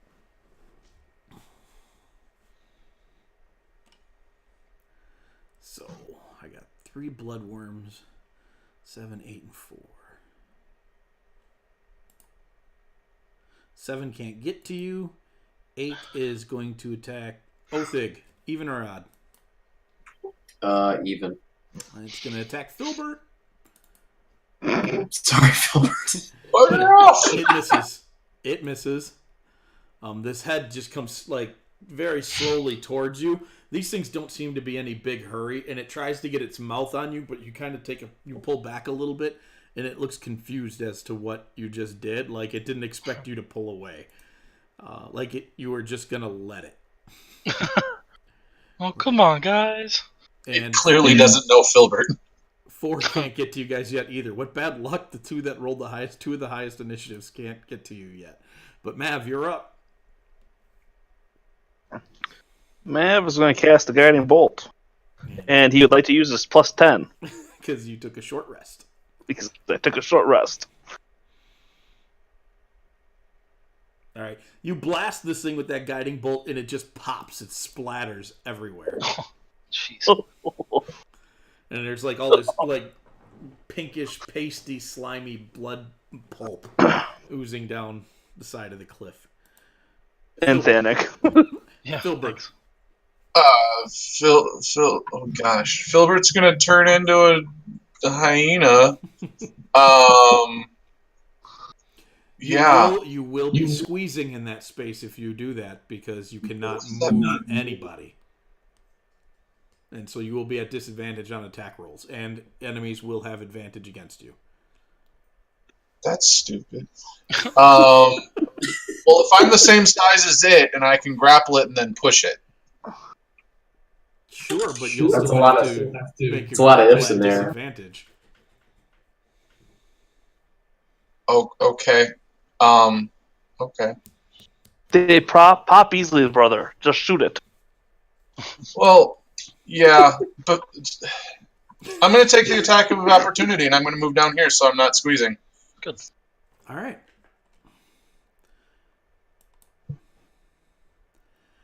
What's your AC in? 17. I haven't transformed yet. Okay, so this thing, you feel its fangs like pulled back across the back of your neck and your hair, and it hooks on your tunic for just a minute, and you pop out of it as it just barely misses you. Oh, good. Yep, and then I'll go high. Okay, that was a good call. Othic smiles and says, "More for me."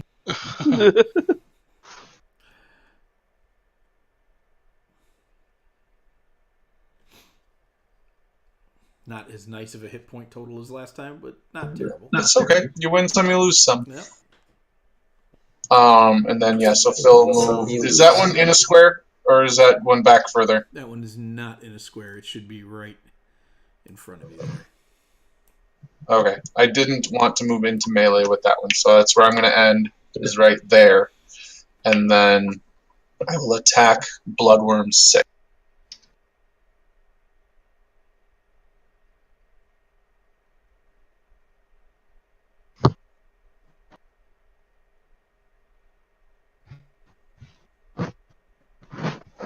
And that will end my turn. All right. You rip into Bloodworm 6, who is going to attempt to return the favor. I got two of them coming up here. So your AC as a hyena is a 13. So the first one will hit you, and I need you to make an athletics check. It's a contested grapple. So Its strength is pretty good.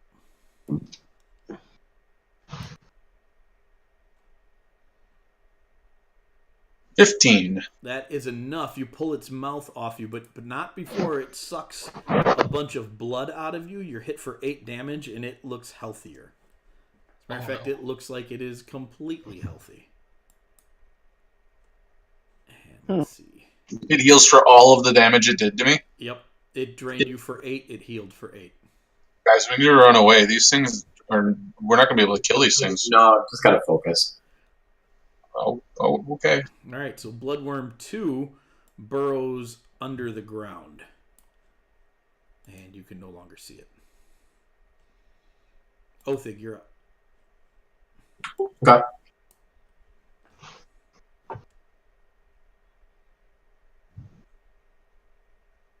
I'm going to hit the one in front of me.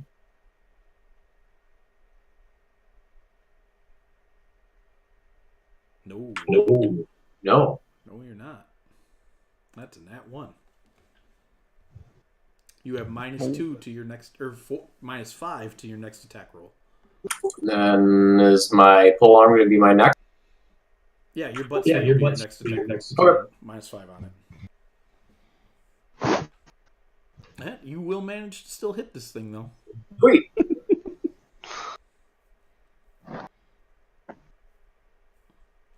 is now heavily wounded. Thanek. Which you're one up. was that? Which one? Oh, that was up there. 6.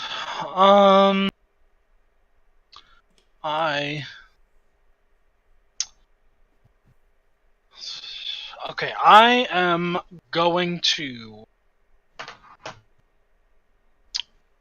call on the aid from Baranar, true silver dwarven goddess of protection. Cast Baranar's blessing on myself, which is basically what was that spell? I don't know. You just made it up from the sound of it. It was the world spell. False life. No, the one that's like that does damage. Oh, the armor. Armor of Agathis. Yeah, there you go. Yeah. That's So right. I have that. Sweet. All right. And no bonus actions? No.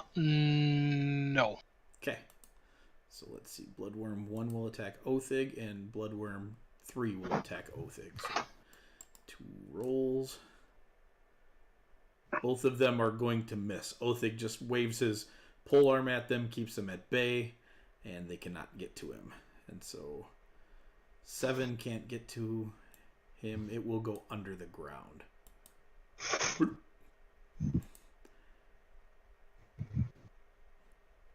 Oh no, that's the wrong one. Which one's that up there? Oh, that's 4 up there. 7, come back. You're gonna bite the hyena. And it's gonna attempt to bite the hyena, and it will bite the hyena. Phil, I'll need another athletics check. It bites you for 6 damage. Oh, gosh. I need to stop trying to talk while I'm doing things. Yeah, it just keeps rolling. And Yep, it does. Oh, you. I don't know if What? I get it off or not. Jeez. It looked like an 18, but unfortunately it gave you a 4. Phil, this thing latches itself onto you, and as it's dug into you, you are currently grappled by it, and it is simultaneously dragging you down into the mud. You are sunk up to your knees, and its mouth is working its way up towards your face. Like the top two teeth dislodge and stick into you, and the bottom 2 teeth dislodge and stick into you, and it is methodically crawling up towards your head. Gross. Yeah. Let's see. 8's gonna attempt to attack Othig, and that is gonna miss Othig. And 4 is going under the ground. Mav, you're up. Mav would like to invite number 8 to join the Sloth Barbarians in the Underdog. Oh, that's an at-1, so it's probably gonna. Nope. Nope. It's gonna hang in there. You're told the dead is soft tonight. 3, 3, and 2. Anything else? Maybe you Mav? should start banging Othig's gong. Filbert, you are currently grappled by this thing, so you cannot move, but you don't have a disadvantage because you're not restrained. Right. Phil doesn't seem to care. So he's just gonna bite this.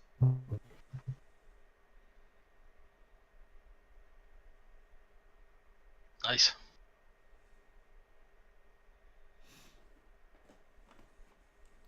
And then I'll use my bonus action to heal myself with a spell. Okay. Bloodworm 6. Where's that guy at? He is going to attempt to... Ouch. Adam, Mav's missing, so even or odd? Even. Even. What is it?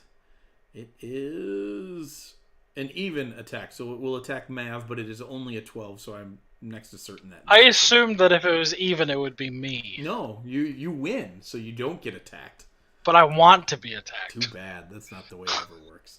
Othig, it's not your turn, as this one pops up out of the ground, but it pops up out of the ground down here by Filbert, since it's the only person it can get at. So what did 6 do? He attacked Mav, but missed. Filbert, okay. this other one just narrowly misses you. You feel its teeth kind of drag into your skin, but you scooch your little hyena hiney out of the way and don't get bit. Othig, you're up. Okay. 8's looking hurt pretty bad. 7's Yeah. looking pretty bad. Oh.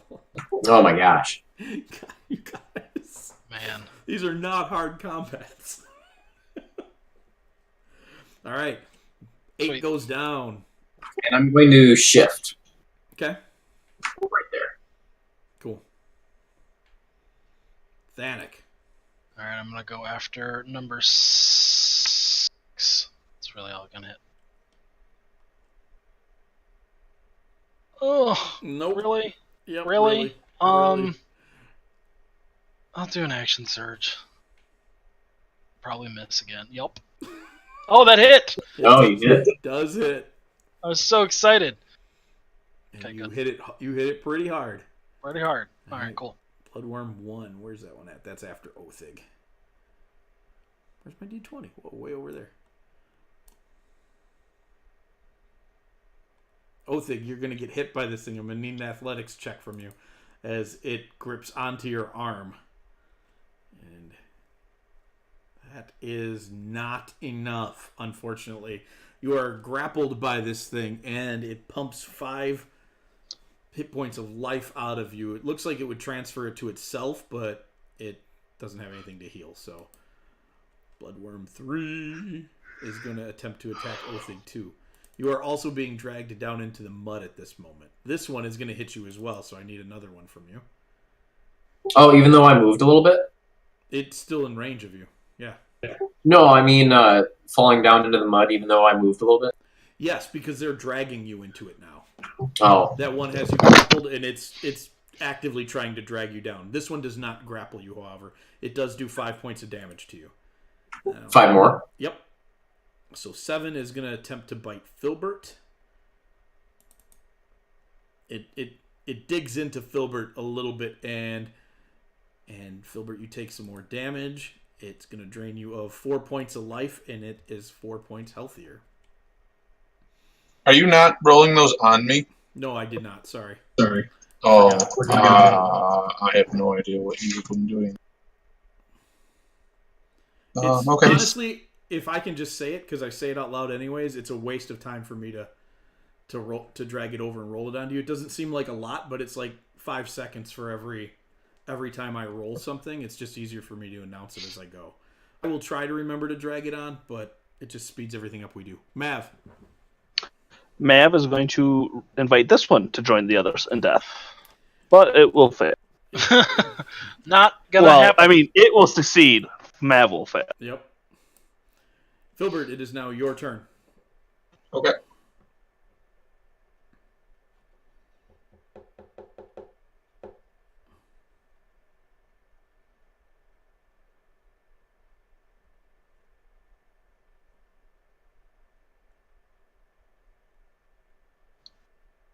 Filbert will miss. Oh no. Alright, Bloodworm 6 is going to attack Thanak. That's a nat 20, Thanak. As this thing automatically grapples you now, and this one has been hurt, and it drains you for... Is it going to matter the order of the damage? Because it can take an extra 5 radiant. It is actually. That's going to kill it as it takes it. So you'll take 8 damage from the bite, but it dies in the process before it can heal itself. Hot dog. Down you wee. Are these beasts? These are beasts. Ooh, I'm gonna turn into one later. Wait, how much damage does that do? You said 8? So you had 5 left. Should have carried 3 over. It carried only... Oh, yeah, it's all set. Yep. Okay. Perfect. And let's see. Number 2 is... Where's 2? It's going to attack Filbert. And miss. Otheg. Alright, going for number 1. Don't miss, guys. They only have a 12 AC. This ain't hard. Wow. And yet. There it goes. There we go. Sweet. Yeah, reroll though. Nice. You clobber it hard. It looks like it's almost dead. And then you turn around and nail it again, and that's definitely going to put it to the ground. Excellent. Thanak. Is Phil still being dragged down? Yes, he is, actually. At the end of this round, he's going to be now restrained because he's going to be half in the ground. Would I think it would be more help to help pull him out? He's a giant creature, so I don't know if I'd even be able to, or would it be more helpful to... Are both of them pulling him down? No, only the one has been able to grapple him. And it's... Which one is that? Number 7. It's the hurt one. Oh, okay. Then I'll do that. I will attack number 7. Oh.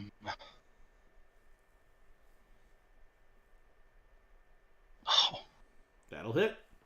17. And that will kill bad. it. So Filbert is released. This thing kind of pastes away, and it's like long neck that was dragging on it snaps up, and it's like still hanging from the hyena as it's burrowed into him a little bit, but it's dead.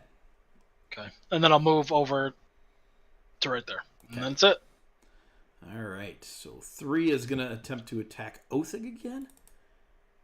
And that is going to hit Othig. Othig, I need that saving throw from you. You're going to take 3 damage.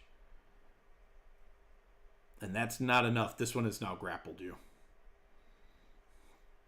Jeez. Oh, Mav, before you go, this one pops out of the ground in front of Othig and attempts to bite him. And that one will miss. Now it is your turn. Did you get attack of opportunity? I don't think so, because it didn't move into my range, or how are we doing that? Yeah, no, this would negate your attack of opportunity. Okay, I thought so. Yeah. Well, let's see here. Bloodborne 4. Actually, let's do number 3. It is going to have to relocate from a flame that appears Boom. and take some fire damage, radiant damage. All right, you roasted up with some radiant damage from heaven. Full bird. I'm gonna bite the one by me. Do you say it just like that? Am I able to move to get out of the I'm in the ground effect thing? Yes. Yep. It's basically similar to not being prone. You slog yourself up out of the mud and, yep, go after it. I'll move around Vanok there and just not be in the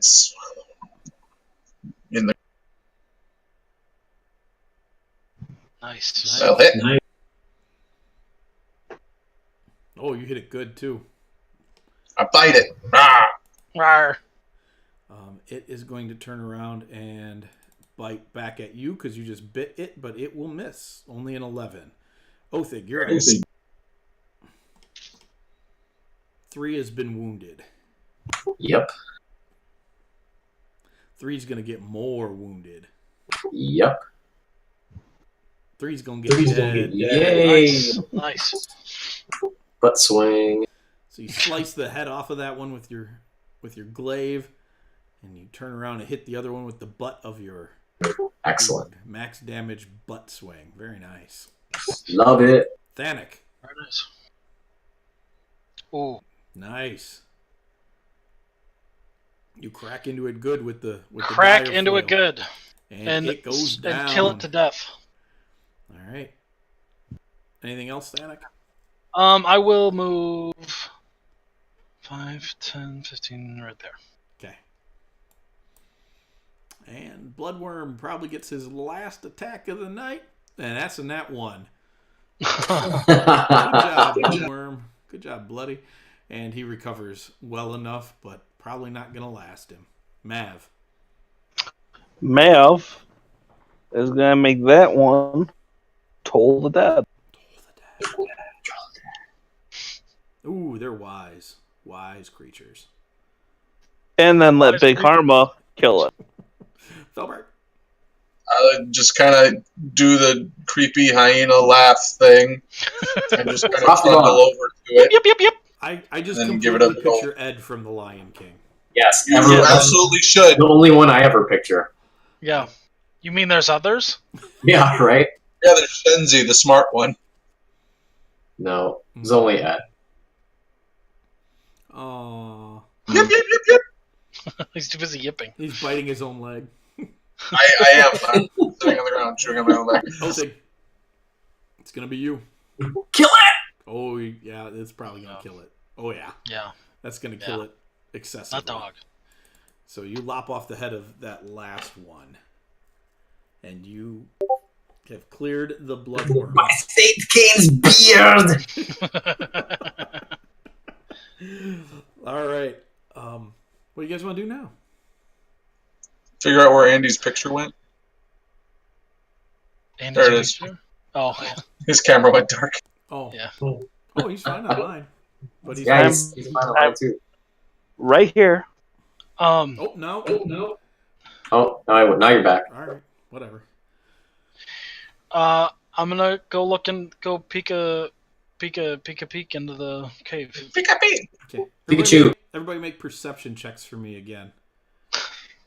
Maybe I should not go look into the cave. Nice. Mav is examining the bodies. Oh, not Looks bad. like a cave, guys. Yeah. Is there anything in the worms?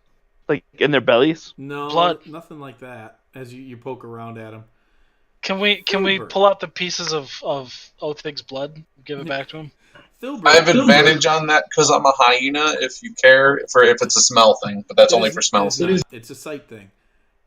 Filbert, there's some kind of construction down over here. I just moved the arrow. If you zoom out on the map, you'll see it. Oh, like right next to you? No, the 35-foot Oh, one. jeez. Okay, yeah. I'll do that thing like that pointer dogs do, except I'm a hyena, so it doesn't look right at all, and I'll just kind of yip at the group. It's like because your back is all weird shaped, like we don't know Yep. where you're pointing. I'm a hunchback pointer. As you two head over to the cave, like hundreds of bats start pouring out of it.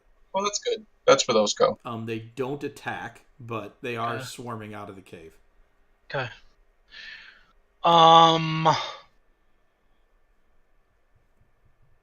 I mean, I guess did we look back to see if what Phil's sort of pointing at?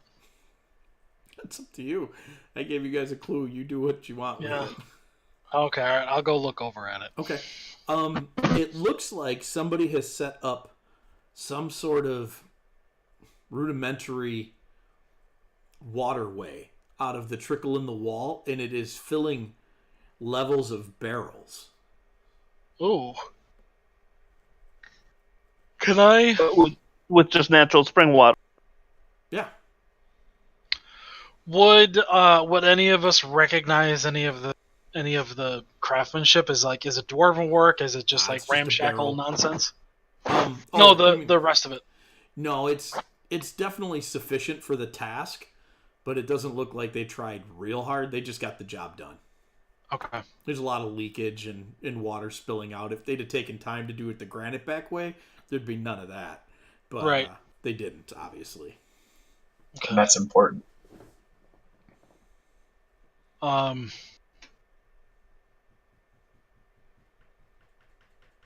Can I go look? Is there a cave over there? Nope. There's just a couple of cracks in the wall where water trickles out of it. Is it just regular water? From what you can tell, yeah. I'm gonna. Is the barrels open? Yeah. I'm There's 6 open barrels, and the top one is almost full, and it looks like when it's almost full, it's going to start spilling into the next one, and so on. Oh, okay. So it's set up to fill up all the barrels. I'll taste the water and see if it's like just actual water. Okay. Make a perception check with your mouth. Make a death saving throw. Perception check with my mouth. Yeah. Tastes like water. I feel like my mouth would be a lot more perceptive than that. Too much beer That's lately. I know. I suppose we're not like. No such thing. All right. I guess I'll just go back to that. Okay. Yeah. Seems like whoever built this is just collecting water. Okay. All right. Are we going into the cave? Things are in the cave, right? The shells are in the cave, right? Is that what you said? Snails Okay. are Yeah. mollusks. I think so. Go in. I am gonna clean up a couple of maps here real quick on the client side, so I don't have so much stuff open, and share your next map with you.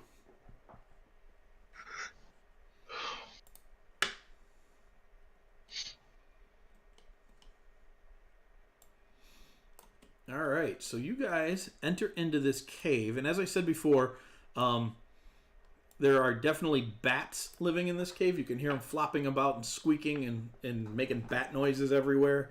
It smells of bat. It's also really damp in here. You can tell probably when it's cooler, this place might flood as the water doesn't evaporate more. But now that you're getting back towards the hot season, the spring and the hot season's coming, the water isn't moving into here like it would be in the middle of winter. So, yeah, it looks like there's a passageway to the north and a larger room to the east. Well,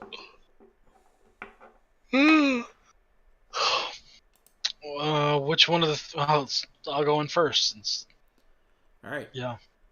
You move in further, and the cavern is definitely damp. The entrance is covered with mud. The walls are a mixture of earth and very thick sediment rock. Everywhere you go in, you can see stalactites and stalagmites. Some of them are quite large. And then you hear a wailing sound coming from somewhere deeper in the cave. It sounds... Honestly, it sounds like somebody's screaming. Like they got hurt real bad and they're screaming about it. That's Okay. good. Does it sound like a trap? Thanak thinks it's a trap no matter what. Okay. I mean, like, here's the thing. Like there are creatures that when they sound like wailing monsters. Yes. It does. You really can't tell. It sounds Okay. like somebody screaming. Okay. More like a long, sad, crying scream, though. Okay. Yep. All right. Where would you guys like to go? Where was the sound coming from? It was really hard to tell. It seemed to come from everywhere. It echoed real bad. Okay. Okay. Well. North or Unless northeast? Yeah. Unless somebody says something, I'm just gonna go north. North it is. North it is. Dennis. Definitely Dennis. All right, so you guys head into this area, and as you do, hundreds and maybe even thousands more bats let loose of the ceiling, and these ones are harrying you. I need everybody to make dexterity saving throws as these bats harass you. 19's good. Yikes. 1 is terrible. Nat 20's 20's great. good. Who am I missing? It's me Philbert. trying. It's okay, man. Hey, I did good. You did Wow, real good good job, too. everybody. That's Adam, that 19 on my screen. Thanak, It's a 19 on my screen too. yeah, Yeah, I it did. saw too. Anyways. But it registered as that. I don't know why it's doing that. It's done that a lot tonight. Thanak, you are the only one who gets batted. Everybody else kinds of ducks and covers. You kind of like stare with your mouth open, and you just get all batted up, and you take 3 points of bat damage. Is this something? Would I be able to use my ward on that? Probably not. They hit you pretty quick. Okay. Okay. All right. That is so... That's kind of grotesque. Whatever that is. Yeah. It's a squirrel, but that kind of looks like a crazy bloodworm too. So you do see a ledge over on the west side of the cave there.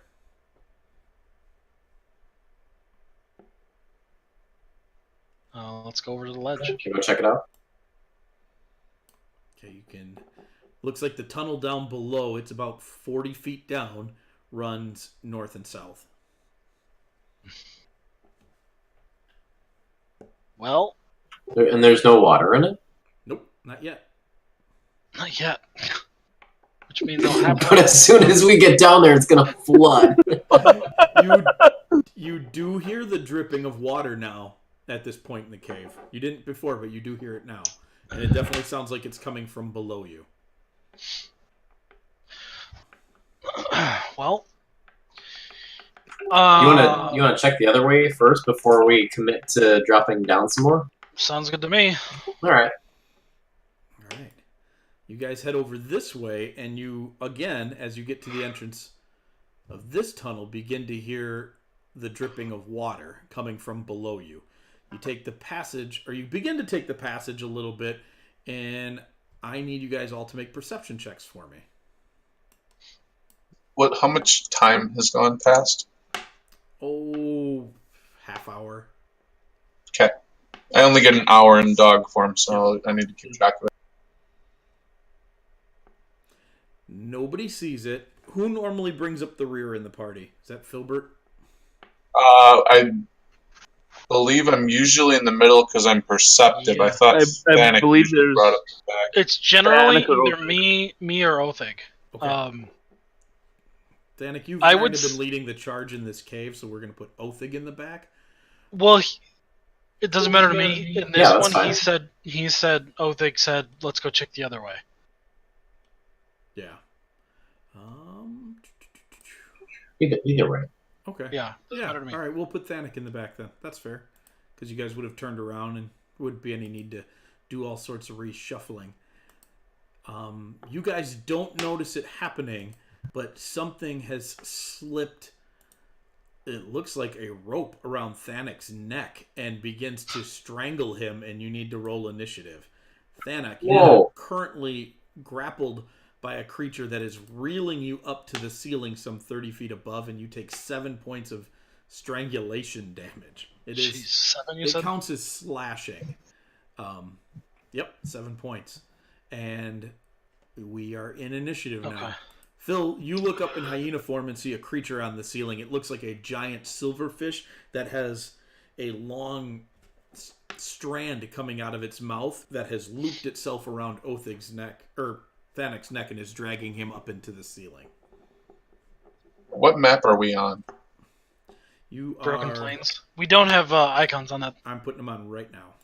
It's called Cavern Broken Plains. Yep. Yeah, that was the one I thought we were on. I just didn't see anything. So Yeah, that's my fault. And you guys are there. And let's see, Thanak is pulled up. What is there. that thing? Othig is there. And how high up is this thing? Camel spider. oh, that should actually be a little bit bigger. It is 30 feet up in the air, clinging. And to how the high up ceiling. is Thanak?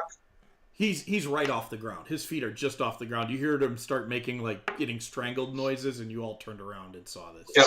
As a large beast, can I hop up and grab that tentacle with my bitey bites? You could, but you would be at disadvantage trying to grab such a small thing, especially with Thanak like thrashing around on it. Well, I was attempting to grapple, not to attack. Right, But- you will still have disadvantage. It's still an attack roll. Oh, okay. Sure.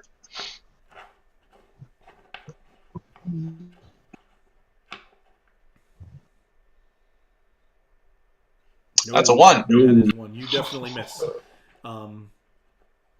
You're fine. You land normally on the other side of it, and Thanak is continuing to be dragged up. Othig. How high up is he? He's only still off the ground. I said continuing to be dragged up, but really I just meant nothing has changed. Okay, and how high is the creature? 30 feet.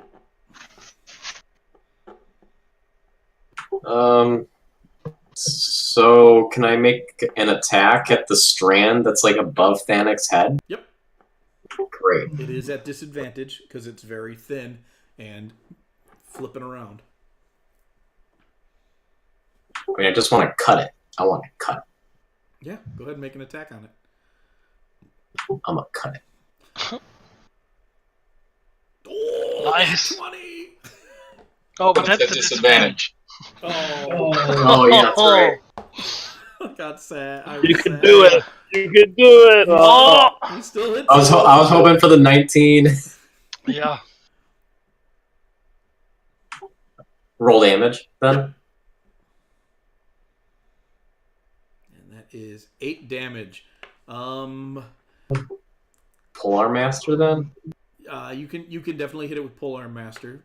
Thanik, you're gonna get to make a saving throw here, a strength saving throw as you try and wriggle out of this. It's different than a normal grapple. Oh my gosh. Yep, nope, you're still stuck. But Thanik has put a little bit of damage into that filament. It is extraordinarily resilient, this filament. And as you hack at it and cut at it, you see it like rip in certain places, and then it weaves itself back together, almost like it's healing itself. So But the creature tricksy. is still taking damage, but the filament is staying intact. Mav. Mav is going to swing at Othig's gong as he trolls the dead. Bong. And it does not affect the creature. It does not affect the creature, unfortunately. Thanik. Is this a beast? Oh, that's a solid war gong. Nat 20 for the War Dog. This, I don't know what this qualifies as. Hold on. Solid Wargong strike. Nope, this is not a beast. All right, just collecting things I can turn into for later. Yeah. This qualifies as a sonic earthquake. Yeah. Okay, so can I... If I attack him with a cantrip, can I do that? Yeah, you can attack. You are at disadvantage. Would that be... Okay. So. The other option is, can I try to, like, use an action to get out? Yes, you can attempt another strength check to rip yourself out of this thing. Okay, I'll do that. Strength Is it a strength or strength saving throw? Okay. Oh, that's mighty! Oh, you get your hands in there and you start ripping at it, and the creature it feels you hear the filament starting to snap and give, and it just drops you instead.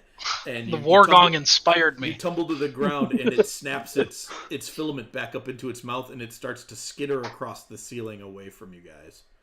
And because I rolled high enough, can I attempt to still hold on to a piece of it? Yes, you can. Didn't expect that.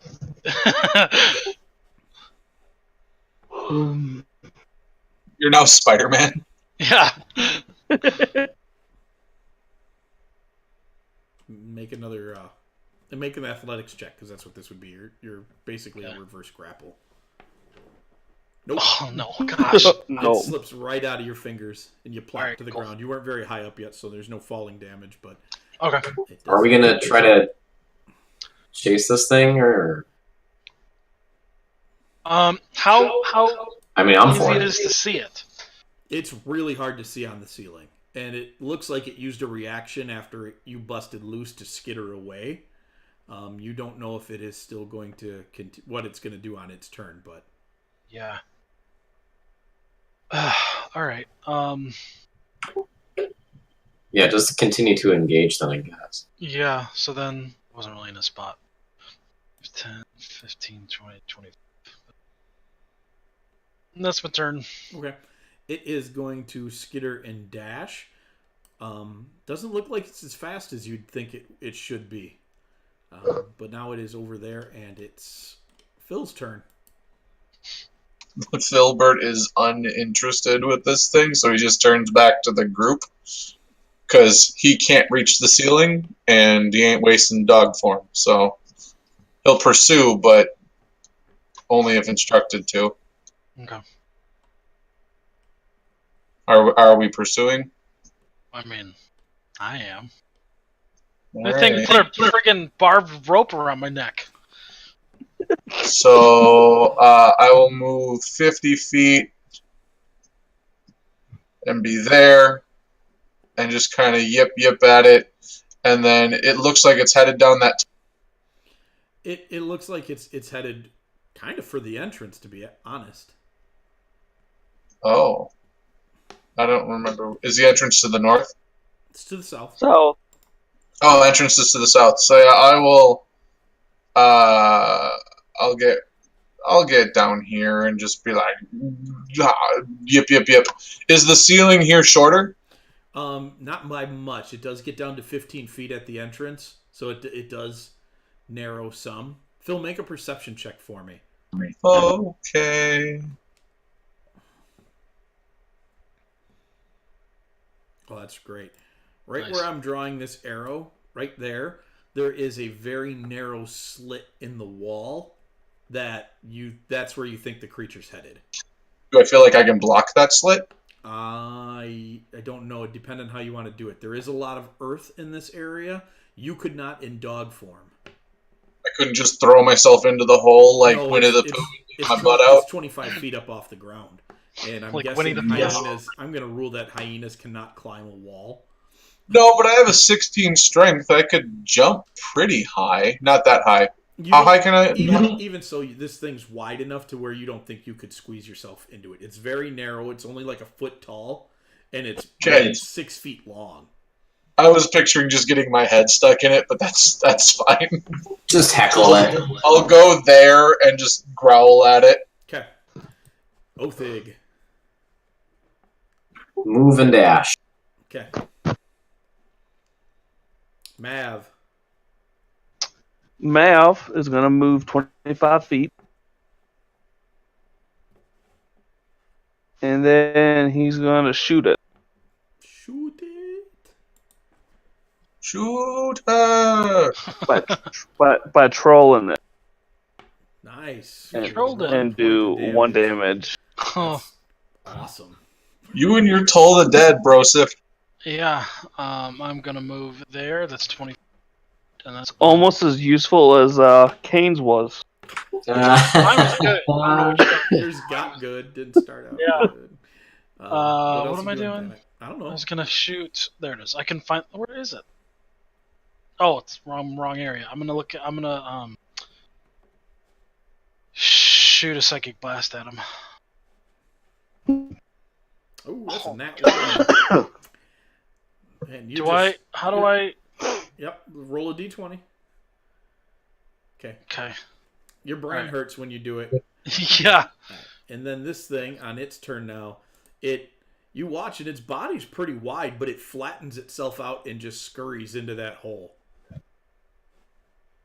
and disappears from sight. It's gonna go get its friends. You know what would be really effective right now? A bomb. If we had a bomb. If we had a way to, I don't know, mold the earth. With my dog head, I just turn and I look at you funny, like that's a weird thought. Okay. What do you guys want to do? It has moved definitely far enough into its little cubby hole that you don't know if it's coming out or not. But Okay. Well, I do that thing like after a dog like buries its poop, and I just kick my heels at it, and I start walking back down the hallway. Okay. All right. So let's go back up the hill. Let's keep an active eye out on the ceiling. Are any more of these things? Are you taking the lead now, Thanak? Are you scared now? No, I'm just. What's the word I'm looking for? You're not scared of the water. You just hate it. You're I being am a cautious. dwarf of action. You don't. I am cautious. Yes. You're not scared of the back. You just hate it. Yes. I'm not Alright. afraid of anything. There's lots of things I don't like, though. So you guys going down the hill then? Yeah, Because which the cavern seems floor yeah. starts to slope down pretty steeply. Oh, okay, yeah. All right, so you guys head down the cavern, and it opens up into a wide area, big pool filled with water. Boink. You guys are right there. Oh, sweet. Okay. So you don't have to. How deep is the water? How It's- does the water look clear? Is it? It's very reflective. Being in dark vision, you don't have a really good feel for depth of the water. It's hard to tell how deep it is. From the edge where you can see, it does look like it slopes down decently as you go further in. But there are numerous rock formations sticking up out of it. So I'm gonna take a stone and just chuck it into the water and see what happens. make a perception check for me. Oh, gosh, can somebody else please? Everybody standing there, you could all make one if you wanted to.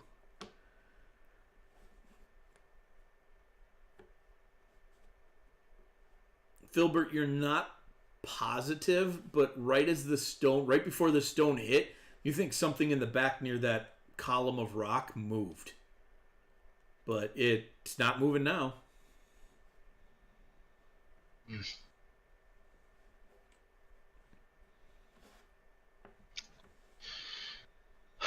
All right. Well, I know that there's something back there.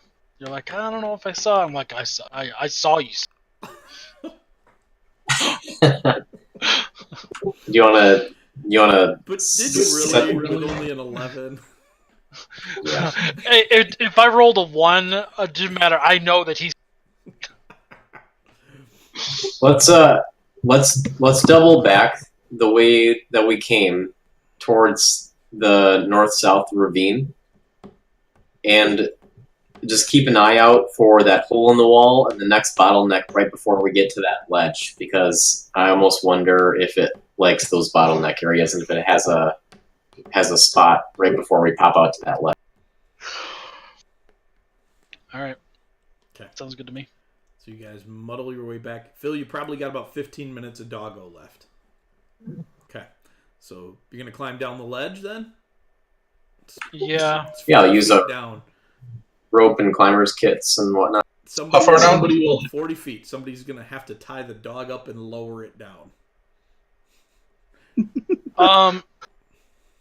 that going to take longer than 15 minutes? No. I will But go. it'll be close. I will go down first, Yeah? and Othig, you should lower him down. You're stronger. Okay. All right. You guys got Got it. climbers kits, so go ahead and make athletics checks for me. Phil, you don't need to make one. That is Oh no! Oh no! Yeah, Let me go down first. Head first. You almost lose your grip on the rope, and you slide down super fast, and you hit the bottom, and you're like, whew. It's kind of like that scene from Lord of the Rings where Frodo hits the bottom in all the fog, and Sam thinks he fell, but he didn't. That's what they all see. Everybody else is fine. Othig lowers the dog down and then scooches down himself. So you guys are now down here. About 10 minutes left on doggo. You said we're going Sounds north? good. Is that what we said? Well, you can now see a little bit. To the north, it looks like the path splits a few different directions, and it is choked with webs. To the south, it looks clear. But it does look like the passage bends around to the east. The north has webs. Yep. Spiders. Yeah. I am going to take a to light a torch. Okay. You light a torch. Your eyes all take a minute to adjust, and you are now seeing in regular light. I am going to use my bonus action, and I'm going to abandon my dog form, and I'm going to turn into a giant spider. All right. While the torch is up, do we see any snails? You do not. Oh, actually, in between here. So I'm going to come out of dog form, and I'm going to let these guys know that I'm going to turn into a spider, but in between, I'm going to take a minute and cast, ritual cast, locate animals to locate the mollusks. Okay. Okay. So there's a good-sized but not a great ping from that pool of water you guys were at before, and then running a huge distance north and south just to the other side of the wall from you, about 60 feet, is a bunch more pings. A bunch more. It seems to be that's where most of them are. Okay, and then I will turn into a spider. I don't know. I'm going to experiment with something. I don't know if you guys can see a circle in if it's shaded. I don't believe so. No, because we can't even see our icon. Oh, there we go. Yeah. I can see it. You can? Yeah. Okay, so they're obvious. Well, actually, a line would be better here. This whole, about all through this span here, there are quite a few snails, and then the circle pings over here where you've already been. Okay. And then I'm going to go and I'm going to just stealth up and touch the web. Okay. As a spider, are you touching it as if a prey is coming, or if as a spider is approaching? I'm going to use the web sense, and while in contact with the web, the spider knows the exact location of any other creature in contact with the same web. There is a very large spider on the other side of the rocks from where you're at. Okay. There are yeah, that's what you would sense. There's nothing else alive in there, and you can see a bit more. Filbert, as you get up, you can see an area of water just off to the west as well. Okay. And then so I can ignore movement restrictions caused by webbing. Do I feel like this area ahead is difficult terrain?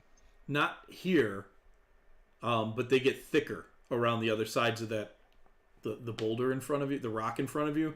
The web's definitely thicker to the north. I will attempt to convey this to my party, knowing that I actually have no ability to do so, but I'm going to clack my mandibles and I'm going to like spin around in a circle and like portray to them that there's a big spider ahead, and then I'm going to nudge someone towards that direction, and then I'll get up on the ceiling. Can you draw a picture of it in the ground? How about No. into the web? You're gonna nudge one of us towards the big spider? Yep, and Phil can't draw. That's definitely not one of his abilities. Hey, Rhyme Fist, do they get temporary hit points? Not yet. No, not yet. Not yet. Okay. Do we want to fight a random spider that we don't need to? Phil, I don't understand why you're even asking that question. We're dwarves. Is there something to be killed? Oh, he says the guy who knows there's something in the pool of water that ran away from it. I was totally ready to go in there. Everybody else is like, let's go somewhere else. Easy to say from the dry side of the pool. Let's go That's kill awesome. someone. Alright, well, whatever. Yeah, is Thanet going as I nudge him towards the spider? I mean, I don't know why I'm going, but yeah, I'm definitely going. Sweet. All right. Push, push, push. So you guys begin to move towards the spider. The spider.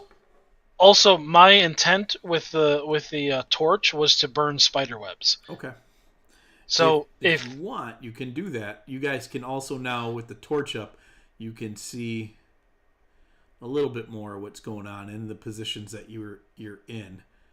You can now see. You can definitely see the water off to the side, and crawling along the walls of the cave there, you can see the light reflecting off little shells that are crawling up the walls of the caves. You can now see some of the mollusks you're looking for as the light hits them, and it reflects off them and actually creates more light in the area. It's almost like they amplify it. These are the mollusks you are looking for. Yep. All right, well, I'll just start walking forward, assuming that Phil wouldn't push me towards danger, because that seems antithetical to everything that Phil does. So Sure. I'll just walk not casually, but I'll just walk, not expecting a fight. As you get further north, like up alongside that column, the webs get thicker and thicker to the point where it is becoming difficult to walk through them. Phil's gonna get on the ceiling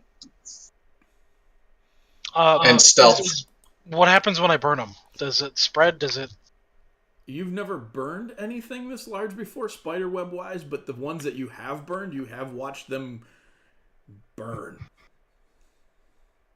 That's gonna take all the oxygen out of here. That's a bad idea. You're a spider. That was Tony to Adam. I mean, here's the thing. I have said this repeatedly, and no one is telling me not to do it, other than Tony. And Tony's Spider, it's Spider All saying right. it. All right. So you lower the torch to the spider web, and it bursts into flame, and you watch as the flame just scooches across it. You guys back up out of it. There weren't enough around you to burn you or cause you any damage, but it's like that moment you've lit off a bottle rocket too high up the fuse and A you little get bit too sparks close. on you, and you jump Yeah. back, throw your hands back, and you hear a shrieking sound from the other side of that pillar as the flames, and it makes this noise as it just races through the area, and then you hear what sounds like gnome Founders Day poppers going off everywhere from the north as well, and a giant spider comes racing around the north side of that, and you guys will have to fight it. How do you make a spider sound like a dog? Like a little bit of gasoline. Woof! The cave fisher is no longer here. Is the fire? Yes. Is the fire still here? No, it burns out really quickly. I do need you all to make Okay. Constitution saving throws as the whole area fills with smoke. Othig, you're going to have disadvantage on attack rolls and saving throws during this fight as you are coughing and wheezing. Oh, Filbert, Aw. you're okay. And Wait, that was my initiative. What you need Oh, Constitution I know saving throws? Constitution saving throw. I was gonna say, how do you have an 8? As a spider with alert. No, for a Constitution. No, that's not that. Yeah. I have a 5 for Constitution, but that's not that. So a 15-foot around spider that looks charred and burned. Phil, that's just enough. Charred and smoky and burned comes screeching around the corner. There's like ash coming off of it. It has a giant red hourglass on its belly, and it is going to attack you guys. oh, good. So there's no fire around me. There is no fire around you. It is spread off. I wanted some fire on. There's none. All right. As it comes around the corner, I'm just gonna yell as a spider, "I'm sorry, my friends are stupid," and then I'll just shoot a web at it. It yells. You're like pushing us into it. It yells back, Yeah. Do you want to mate? I'm so hungry. All right. Is this? Phil doesn't want to mate with anything. I'm looking at the topography here. Is that like up? It is on the ground. Okay, these things I can just walk over to it. Those though? are stalactites and stalagmites. They come up from the bottom. So the Yeah. pinnacle of them you can't stand on. You can stand around the edge of it though. So I can stand right there and be okay. That's a safe spot. Okay. And I will whack him. Hey, Nope, hey, I I won't. get to go first, Thanik. You shot, Oh my gosh! You shot webs at it, right? Yeah, I'm gonna come up here, stand in the ceiling, and I'm gonna shoot a web at it. Sorry, I got a natural 20 on mine, so I was expecting to go first. But that's fine. That's fine. All right. The creature is restrained. As an action, it can remove itself from the restraining with a 12 strength check. And that'll be everything I get to do. You But watch that'll even as take its you action watch that it just crawls out of it, using its web walker ability that ignores movement restrictions caused by webbing. You remember the ability you just read off? Yeah, I thought grappled and restrained were different, so I They are technically a wouldn't have done movement that. restriction. gotcha. I wouldn't have done that then, because I would know that as a spider, it has the thing I have. Okay, then you can do something else. All right, I'll come up here on the ceiling and bite it. Okay. My bite is the same bonus, so I'll just use the attack roll from that, Perfect. and I'll hit it like- for Nice. 11 This is the piercing part where Mike damage. says, And it will be immune to the poison. So Okay, I wasn't sure, so I figured I'd roll it anyway. so the part where Mike says, you would know as a spider that a bite is foreplay.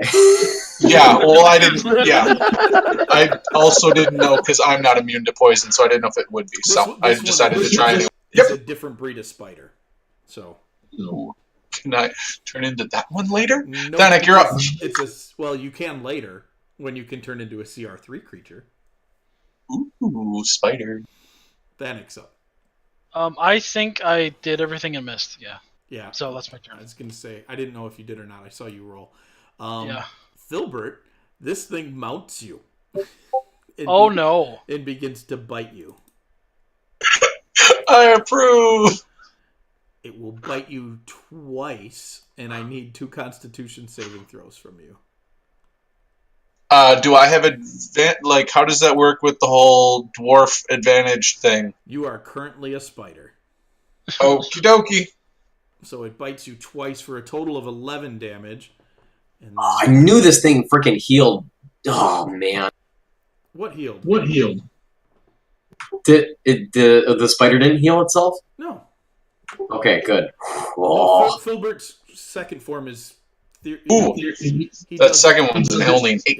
Yeah. Filbert, you are currently paralyzed as this poison sets in, and you take 10 damage from the poison. And Jeez. this spider positions itself really awkwardly on you. I don't have one of those. I'm a boy spider. Oh wait, this is a girl spider. Oh. Yeah. Oh. Oh. Thing, you're up. Phil is being mounted by a giant spider. I don't like this. Mary, stop. Alright, so I should be So at least whispering sweet nothings in my ear. It's telling you you're going to be nothing. Oh crap. Thing, and I can hit it from where it is. There, and I was going to tell you you're going to get disadvantage from being on the slope of that stalactite, but you have it anyways, so you're good. Okay, I can hit it from there? Yes. Okay. Well, can you? I don't know, we're going to find out. It's a little preoccupied. Can he have an advantage? No, he can't. I mean, if I interrupted coitus on somebody, I think they're going to be at disadvantage on their saves. No, you kidding? They go into a rage. Yeah. But they should have less armor. Perhaps. Othing unfortunately misses with both of his attacks. Mav. Mav is going to assist as best as he can. Assist with the spider? Oh, that was awful. You hit it really good. It does pull off of Filbert. He pulled out. It's hurt pretty bad. Filbert, you are still paralyzed. You can make a saving throw at the end of your turn. Which is now. Yep. Yep. And then it's Constitution saving throw? Yes, please. Not enough. Cool. Do I fall off the ceiling? Because I was on the ceiling. Oh, yeah, you totally would. Oh, okay. Well, then would they still have had disadvantage on their attack rolls? I assumed you were on the ground while it was wrangling on you. So gotcha. Also, Othig has disadvantage because of the smoke. Yeah, that's why. That's right. Yep. Thanik, you're up. Okay. I'm gonna take my 3-headed dire flail. Why is that at? Why is that at? Oh, because of the lightning bolt. That's, cast. Yeah. And that's enough. I killed him. You crush the head of the giant Black Widow spider. You're welcome, Thanik. Yeah, thank you. Shortly thereafter, Filbert, you do come out of the paralyzation. He's just twitching a little bit. Yeah. Your new girlfriend is laying dead at your feet. I will consume her. Oh gosh, you're so weird. I just assume at this point it's the victor gets the spoils. Like, I don't know any better. You guys see up into this area quite a ways. It's full of ash and smoke. The smoke begins to dissipate, and it still smells down here, but you are able to breathe fairly normally. Can I go into the water and start collecting mollusks? You can, but before you get into the water, you hear that wailing scream again, and it does sound like it's coming from somewhere in the water ahead of you. That's good. So here's what we'll do. Mav, if you want to go in there and start collecting, I will go in front of you and just keep an eye out for... Filbert would like to take a short rest. I'll keep the torch out in front, and I'll just keep an eye on you. Like out in front, you know what I mean? Whoever does the collecting, it's going to be a survival check. Oh, I have a good survival. I can start collecting as a spider. Spiders are good at collecting. I have extra arms.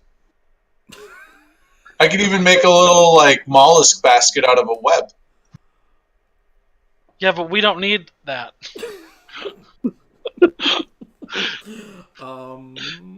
Who cares? He can do it, okay?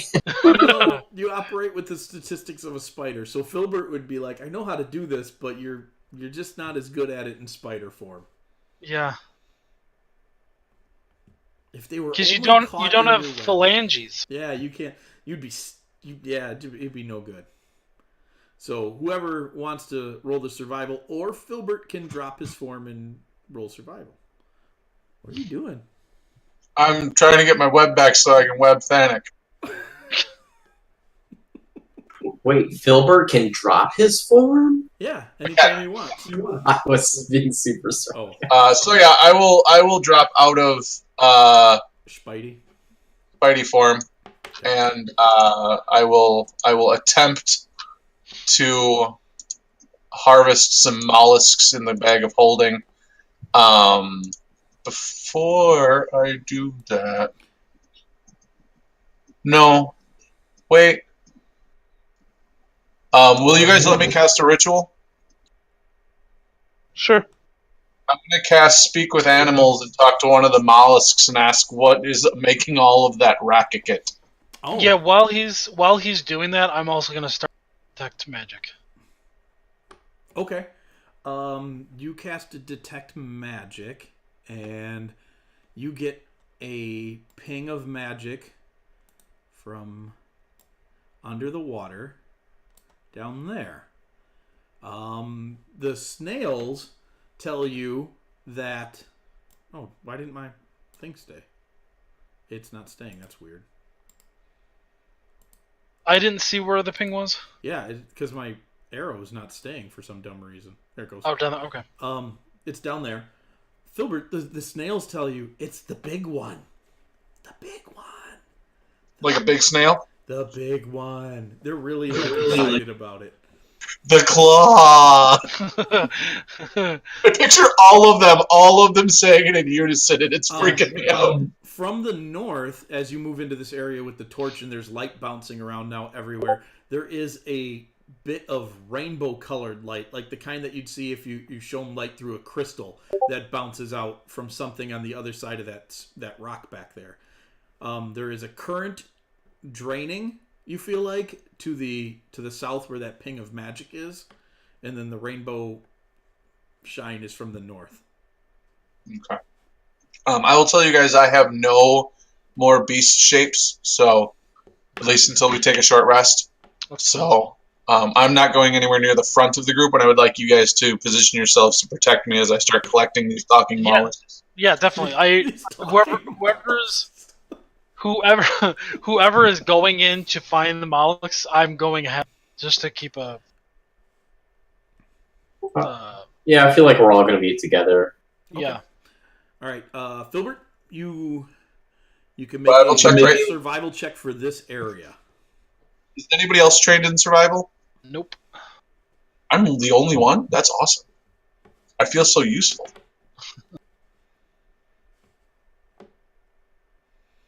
13. You can roll 3d6 plus 3 for mollusking. I love that one. That's so good. You find I'm gonna cut you. You find 12 of them. What you notice about these little guys is you can only see them when they're on the wall. If you go to grab them and they drop off the wall and go into the water, you can't see them at all.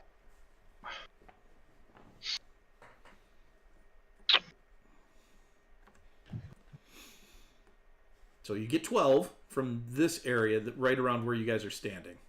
You can. Okay. There's definitely some to the south and to the north as well. Let's go. That's probably to the north. Which one do you want? Which one do you want to do? North, was said. All right. As you move north, you hear the wailing sound again, and coming from around that rock is a huge snail with 5 flanges coming out of the top of its head, each of them ending in a big spiked ball, and it scooches fairly quickly through the water towards you, its shell letting the light bounce off it and glimmering as it comes at you. Please roll initiative as the flail snail descends upon you. The flail snail? Yes. The flail snail. Dude, that is a good flail snail initiative. And it is just wailing away as you guys. I am wailing on the war gong that it is time to form ranks and attack. Dude, that's a good war gonging. So put Mav and Mav and Filbert in the back. Othig, you're up. Charge forward. You know what this looks like? Never mind. No, it's just a Final Fantasy reference. Never mind.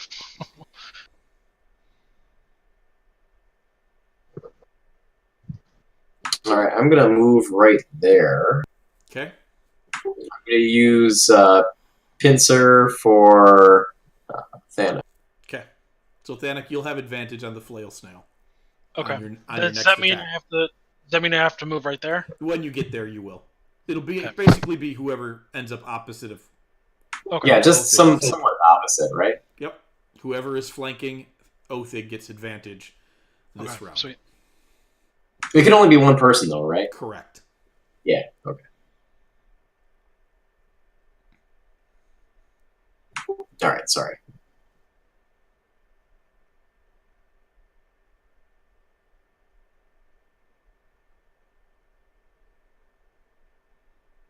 Nice reroll. Nice. All right. Okay.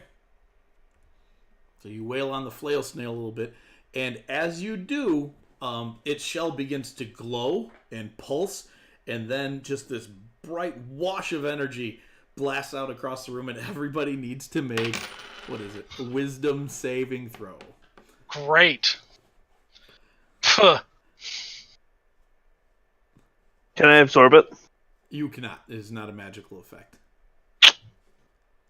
Can I ignore it? No, you cannot. Oh, dang it. Filbert, for you and Mav, things become extraordinarily scary as Othig and Thanak are now stunned.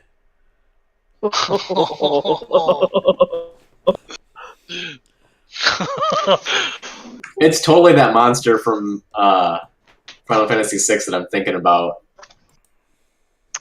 Which one? And now The one in the it's the your one in the turn. cave.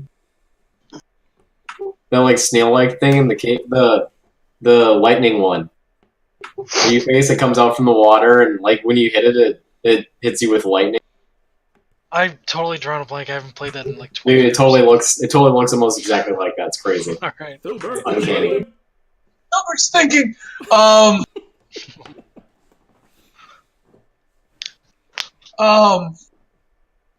Buddy, I got you. Go get him, brother. Yeah, that's a thing I do. I get things. I go get things. Yeah, Sure. just make yourself a spider. So, is it focused on Othig? It's hard to tell what it's focused on right now because it's shell pulsed. Yeah. Filbert doesn't like this. I'm gonna cast Healing Spirit on Othig. Okay. So it'll sit there on Othig, and I will heal him right now for 1d6. That's great. Wonderful. Do I get a bonus to that at all? I don't get think so. No. It's just that. Nope. No. Othig, at the start of your turn, as long as you're in the circle, you'll get healing. So yeah, that's a thing. That's going to do a thing. So that's my spell action, or bonus action. And then as my action, I'm going to start a bonfire underneath it. Wait, no.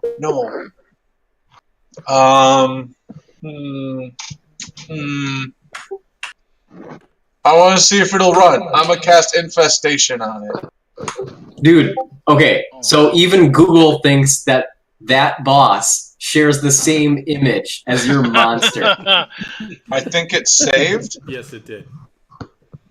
So with that, Filbert, Phil's just going to back up. You cast a spell on it.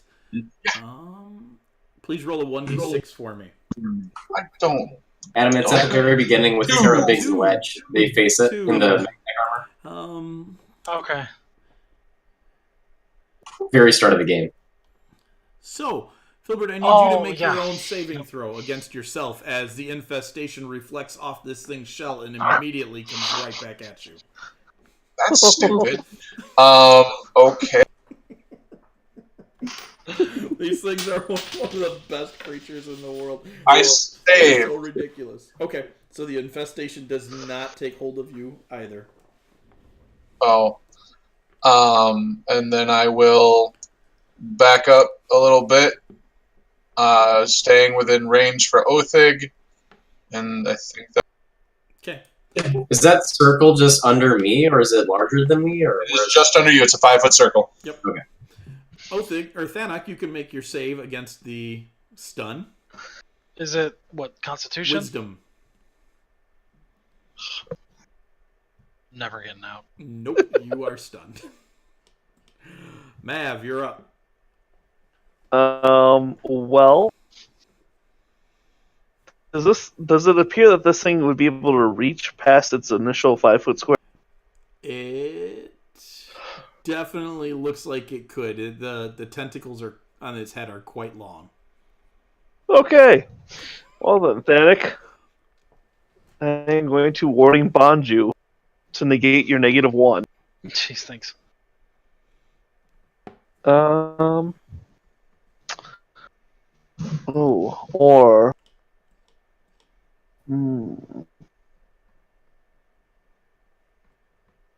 yeah. So 1, 2, 3, 4, and we're just gonna step back. Don't you go back further than me, you jerk. Pretty sure you got a better AC and more hit points than he does. So, all right. So, Othig, you can make your saving throw, Constitution saving or Wisdom saving throw. No.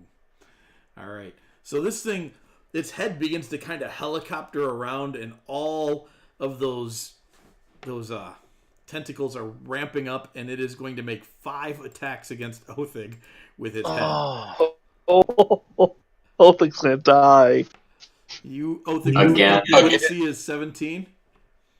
16? 16. You are going to be pummeled with 3 of these, and I need you to... You can't make a dexterity saving throw because you're stunned. You are knocked prone into the water. So here's the good thing, is that Othig can't die right. And it is going to stay right where it's at. Phil. Go back to me already? Yep. You got 2 brothers that can't move, man. Did Othig heal when he took his turn? Yep. It did. And then the flail snail wailed on him. Gotcha. Owie. Just hit me 3 times for 20 total. With the healing spirit as my bonus action, I can move it, Mike. Are you going to let me move it off and back onto him? No, I will not allow you to game that. Then I'm going to move it to Thanak so that he can have the healing. Okay. I mean, Othig needs it, though. Yeah. Yes, I've got but twice as much damage as him.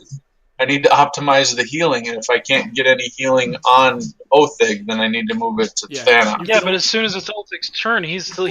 You are healing me. I took a heal before I got hit. I understand that. Okay, I'll leave it there. What? This is what I know what he's doing. You can't benefit from it by him twerking it on you, so he's going to move it to Thanak, give Thanak the round of healing, and then put it back on you. So when it's your turn again, you get the healing. Because I am only allowing people to benefit from it once a round. Yeah. Right? Is that what you're doing, T? Yes. So, and how far can you move it? 20, I believe. I got to double check. I thought it was 30. Oh, see, and I thought, Mike, you were saying that you weren't allowing him to do that. 30 feet. No, I'm not allowing him to get more healing on you by taking it 5 feet off and putting it back, and 5 feet off and putting it back. Sure. That's what I'm not allowing.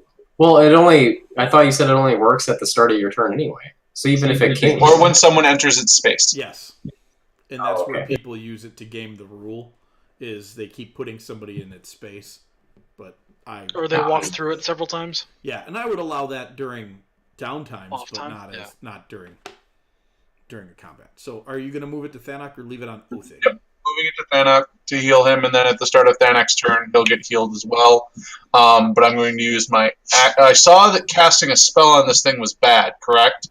You saw that it did have a negative reaction, that's for sure. Okay.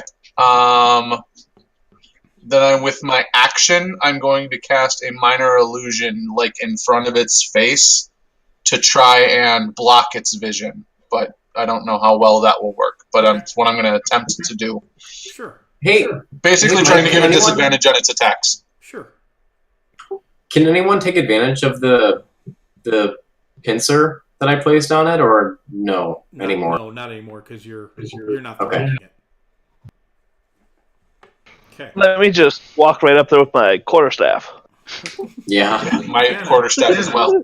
You may make your wisdom saving throw. No. Mav's like, check this out. Whack. Close. Getting closer. Mav, you're up. Oh, do I get healed for that then? Yeah, you can roll. I already healed you. Oh, yeah, at the start of your turn. Oh, Jeez. are you rolling, Thanak? I mean, I did just roll it, yeah. Okay. You can do that. Otherwise, I have a button for it. So Okay.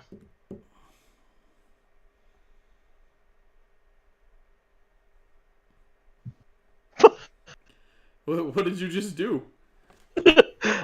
So I cast Sacred Flame on it with Okay. the Dexterity save. It will miss. Roll a d6 for me. it happens when they succeed too. Yeah. Let's see. Oh man. Snail has it has advantage on saving throws. The spell is making spell attack against it.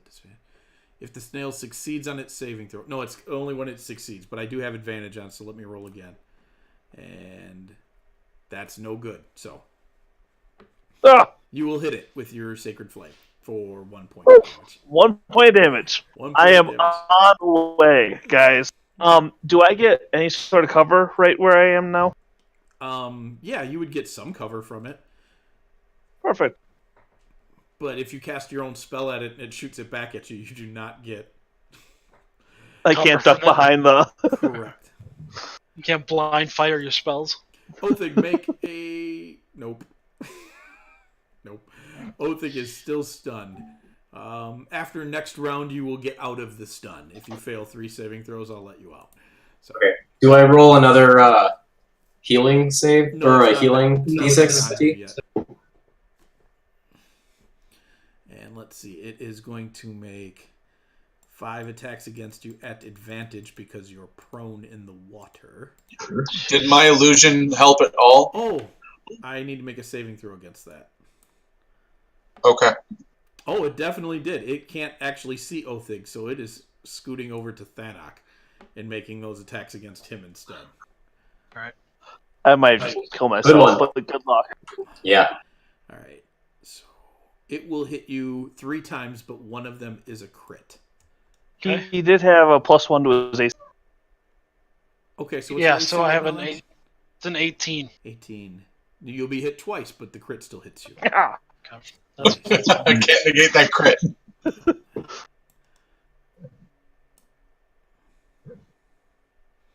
All right. Why is that So- partially resisted? You actually Because- get to take 5 of that off, and I take that. No, that Oh, is warding already. bomb. That's already. It's partially resisted his damage. Yes, because he's got my ward on. Yes. So the damage itself is cut in half because you have resistance to damage. Yes. And Which is then what that half- partially resists. Yes, and then half of that is transferred to me. No. That's not how that Yeah. works. You take. The full damage is done, but half of it is to me and half of it to you.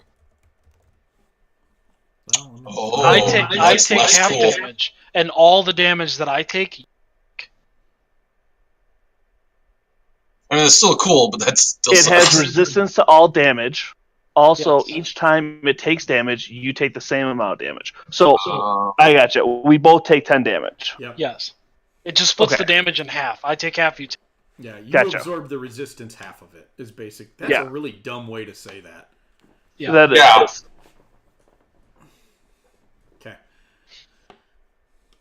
All right. That's the flail snail's turn. Philibert. move it back. Okay.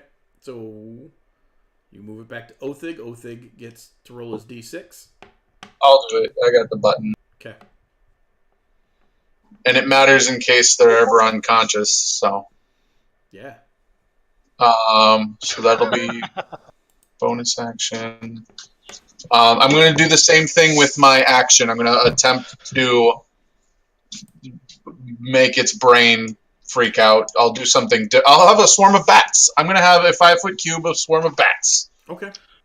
Those are normal down here, so it won't think they're weird. Sounds good. All right, Thanak, make your wisdom saving throw. No. Oh, so I didn't make mine.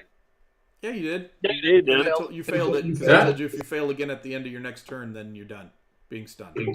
Oh, yeah, sorry. Well, Mav, you're up. Nat 20. Oh. So it is now. I need a D6 from you. Nothing happens. Hey. How good for Well, that's you. good. That is good for you. Othig, make your save and throw. You can heal too, I think, right? I got it. Yep. Okay. You are no longer stunned, but it's the end of your turn, so Flail Snail, who is now going to unleash... One. Yeah, I only got you one. Will it make it save this time, Mike? I haven't rolled it yet. Gotcha. Thank you. Cal, what did you just roll on me? I don't know. That was a lot of Those are all D20s. 5 of my attacks at advantage. So, and then I go through and I look and see which ones would hit, and you are Okay. going to get hit by 4 of those. For crying out loud. With an 18 AC? Yep, I got several like 16s and 18s on the dice in this mess, and because it's at advantage. So, Yeah. but no crits this time.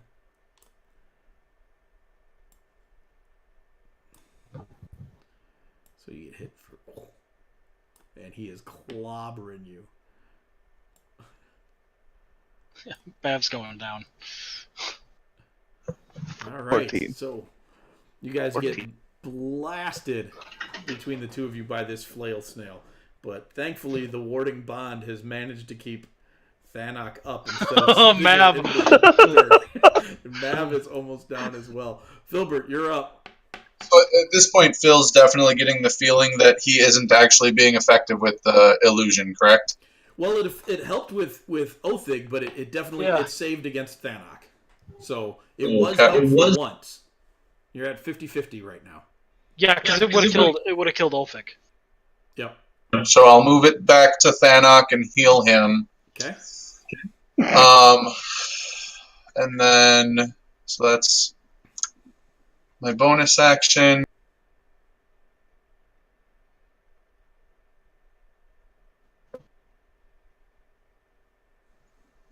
And then, gosh, I'm just so not okay with casting spells on this thing. You have seen. I'm gonna go ahead and cast Infestation. Okay. Make it save and throw. Wow, I just two nat 20s. It succeeded. That was great to watch. So did Phil. 6. That's not so good. It sucks the magical energy in this time and explodes. And it does D6 force damage to everybody within 30 feet of it. So 4 damage to Othig and Thanak and Mav and Phil. How much? Hold on, because this is important. How much damage to Thanak? 4. So 4. I'm 35 feet away. And Mav, So you take you're 2. 30 Mav feet. is unconscious. Mav is goes unconscious. unconscious as he gets nailed for 6. Oh. Although, Mav, you could absorb this. This is a magical effect. Oh, I'm totally absorbing this. Okay. Oh, this So is then totally we're- being absorbed. How much absorption? It would be a level 1 spell. Totally absorbing it. So, yeah. So instead of you guys getting blasted, Mav absorbs the energy. Jeez. Filbert really doesn't like this, so he's just going to run up and he's going to kick it. I mean, not to do anything, but he's just going to run up and kick it. All right. Sounds good. Thanak, make your save against the stun. I guess it doesn't matter, but you can say you win. You do now. Yeah. Yep. Is this? Can I I? heal you at the start of your turn. Yeah. Cool. Thank you. Is. I don't know how this works. Could you be? Would I be able to action surge out of that? No. Okay. You have to be awake to be able to action surge. Well, since it's It's at the But end of your turn. at the end of my turn. Yeah. Okay. Cool. Mav, you Mav healed yourself up? is using the healer's kit on himself. Probably a good call. All right, and then that's going to bring us to Othig. Othig, you are in the water floating there with little stars and birds swirling around your head. Yeah, time to transfer those. So I'm going to action surge. Do it. Lay some attacks in on this thing. Yeah.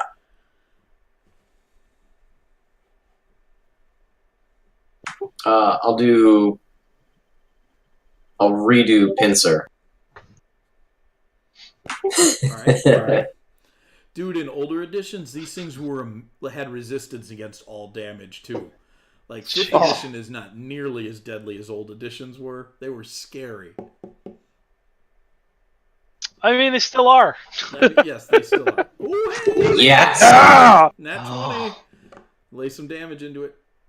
All right, Othig, you've sent it into bloody. 2 of the heads are now laying dead, dangling. I actually just realized this, but so for action surge, you get to do a bonus with your action again, so I can pole arm again. I don't think you can. No, I don't think you do. I think you just get actions back. It says a possible bonus. If you haven't used one yet. It doesn't say anything about if you used it. I guess.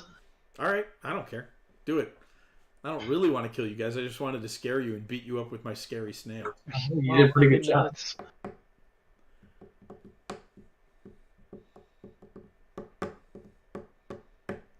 Yeah, Othig comes for revenge against the flail snail and brings it. And now the flail snail is going to wheel around and make 3 attacks at advantage against Othig.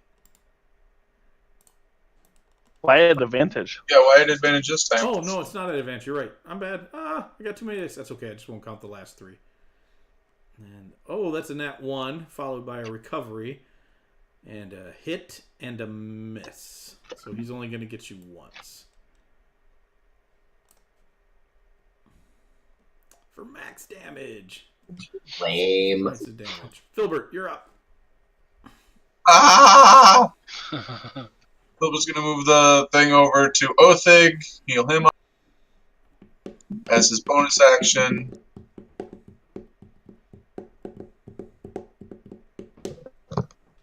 And then with his action, he's just gonna swing his quarterstaff at it because he's sick of it. Do it. Will that hit? No. I forgot to our target, so. It's a 10, so nope. Oh. Yep. Mike, I did accidentally heal the snail for 2. Can you fix that? I sure can. We should be done. So I'm assuming I hit it, I just don't do damage. Correct. So. Yeah, we should be done right about 9:30. Give or take a few minutes. Yeah. Oh! All right, so you take Revenge. your own dire flail and you just swing it upwards and just manage to catch all 3 flailing heads of this thing at the same time. And its head snaps back and then it starts to scream. It's that wailing sound you've been hearing. And it pulls itself inside of its shell and just keeps screaming. It doesn't stop. Is the shell the same? Is it a pearlescent shell like the other ones? No, it's similar, but it's different. It's got a variety of color to it. It's scintillating. It's prismatic. It's an amazing looking thing. How big is it? It's large. It's the size of a person. Can I do an Arcana check on this thing to see if it's worth trying to keep the shell alive? Sure. You're going to have to do it at disadvantage right now while the dying snail inside is screaming because you can't concentrate on anything. 12's decent. You don't remember how much it's worth, but you do remember somebody saying once that this is worth a good chunk of money. Like, wait a minute, hold on. Is there anything that we know of that we can put inside the shell to enhance the dying process? Yeah. You kind of roll it over out of the water and look down inside of it, and the snail has completely withdrawn, like way up inside the spiraling shell that it made. You can't even see a fleshy part of it. Based on the shell, do I think that maybe Othig and I could make a shield out of this thing? You do remember that this is sort of what, like, these are valuable for. There's some weird stuff that can be done with flail snail shells, but you don't quite remember how it works. You do remember that very powerful enchanters can make spell guard items out of them, so they're valuable. Okay. It's a very valuable component, but you don't remember exactly how to pull it off, or even how to work the shell. Okay. Does the snail have to be alive inside of it for the shell to continue to work? It does not. When is this thing going to die? It goes on for 10 minutes before it dies. Well, at least it's dead. And then you watch as it kind of just oozes and puddles out of it, and it just slumps off into the water, and it's really quite gross. Phil, don't eat it. Yeah, no, Phil's not going to that. try and eat it. Phil wants to know if it's something that could be swayed? Question mark? No, you don't. This creature isn't fey. If anything, this creature's from the weave. Oh, that's gross. Okay. In that case, Phil's just going to spend the next however long he has with the spell and heal everybody up, bouncing the thingy around. Everybody just take 4d6. We'll call it a day.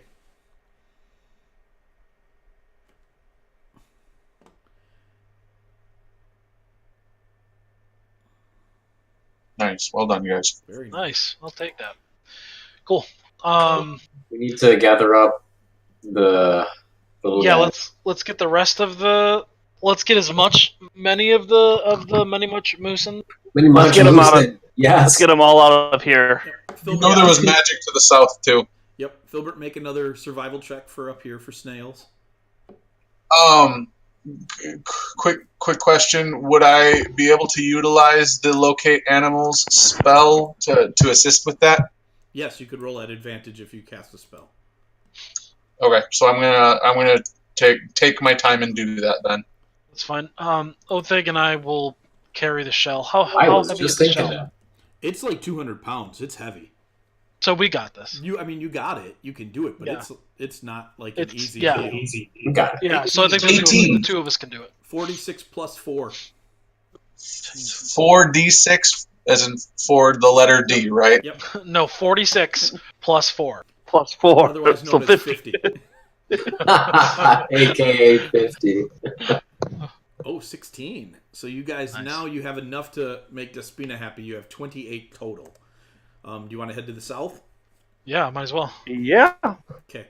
Going to the south, and we'll expedite some of this because it is starting to get a little on the late side, and I definitely don't want to play till 10 again this week. And I'll remind everybody that there's magic down there or something. Yep. So where's that? Oh, this one down here. Where is that? Where is that?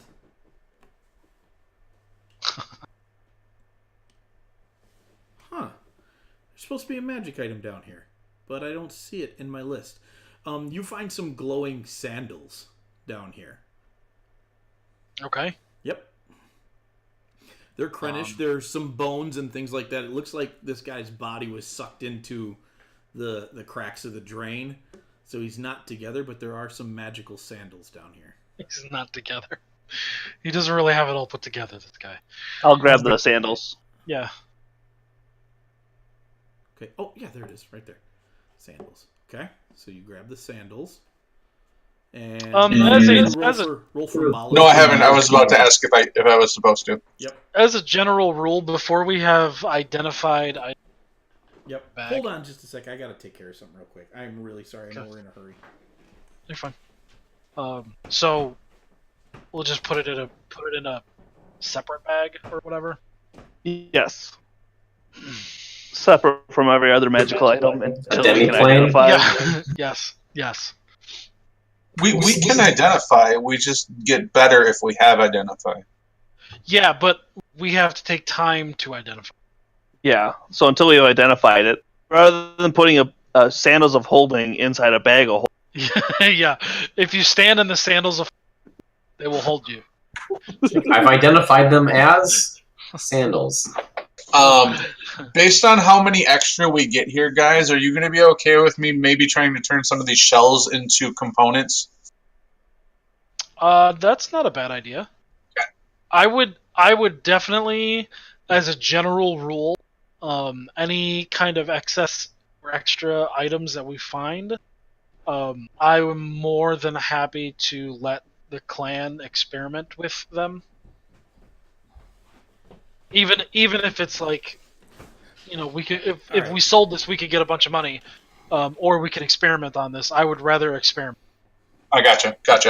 All right, I'm back. So, Phil, survival 22, 5d6 plus 5.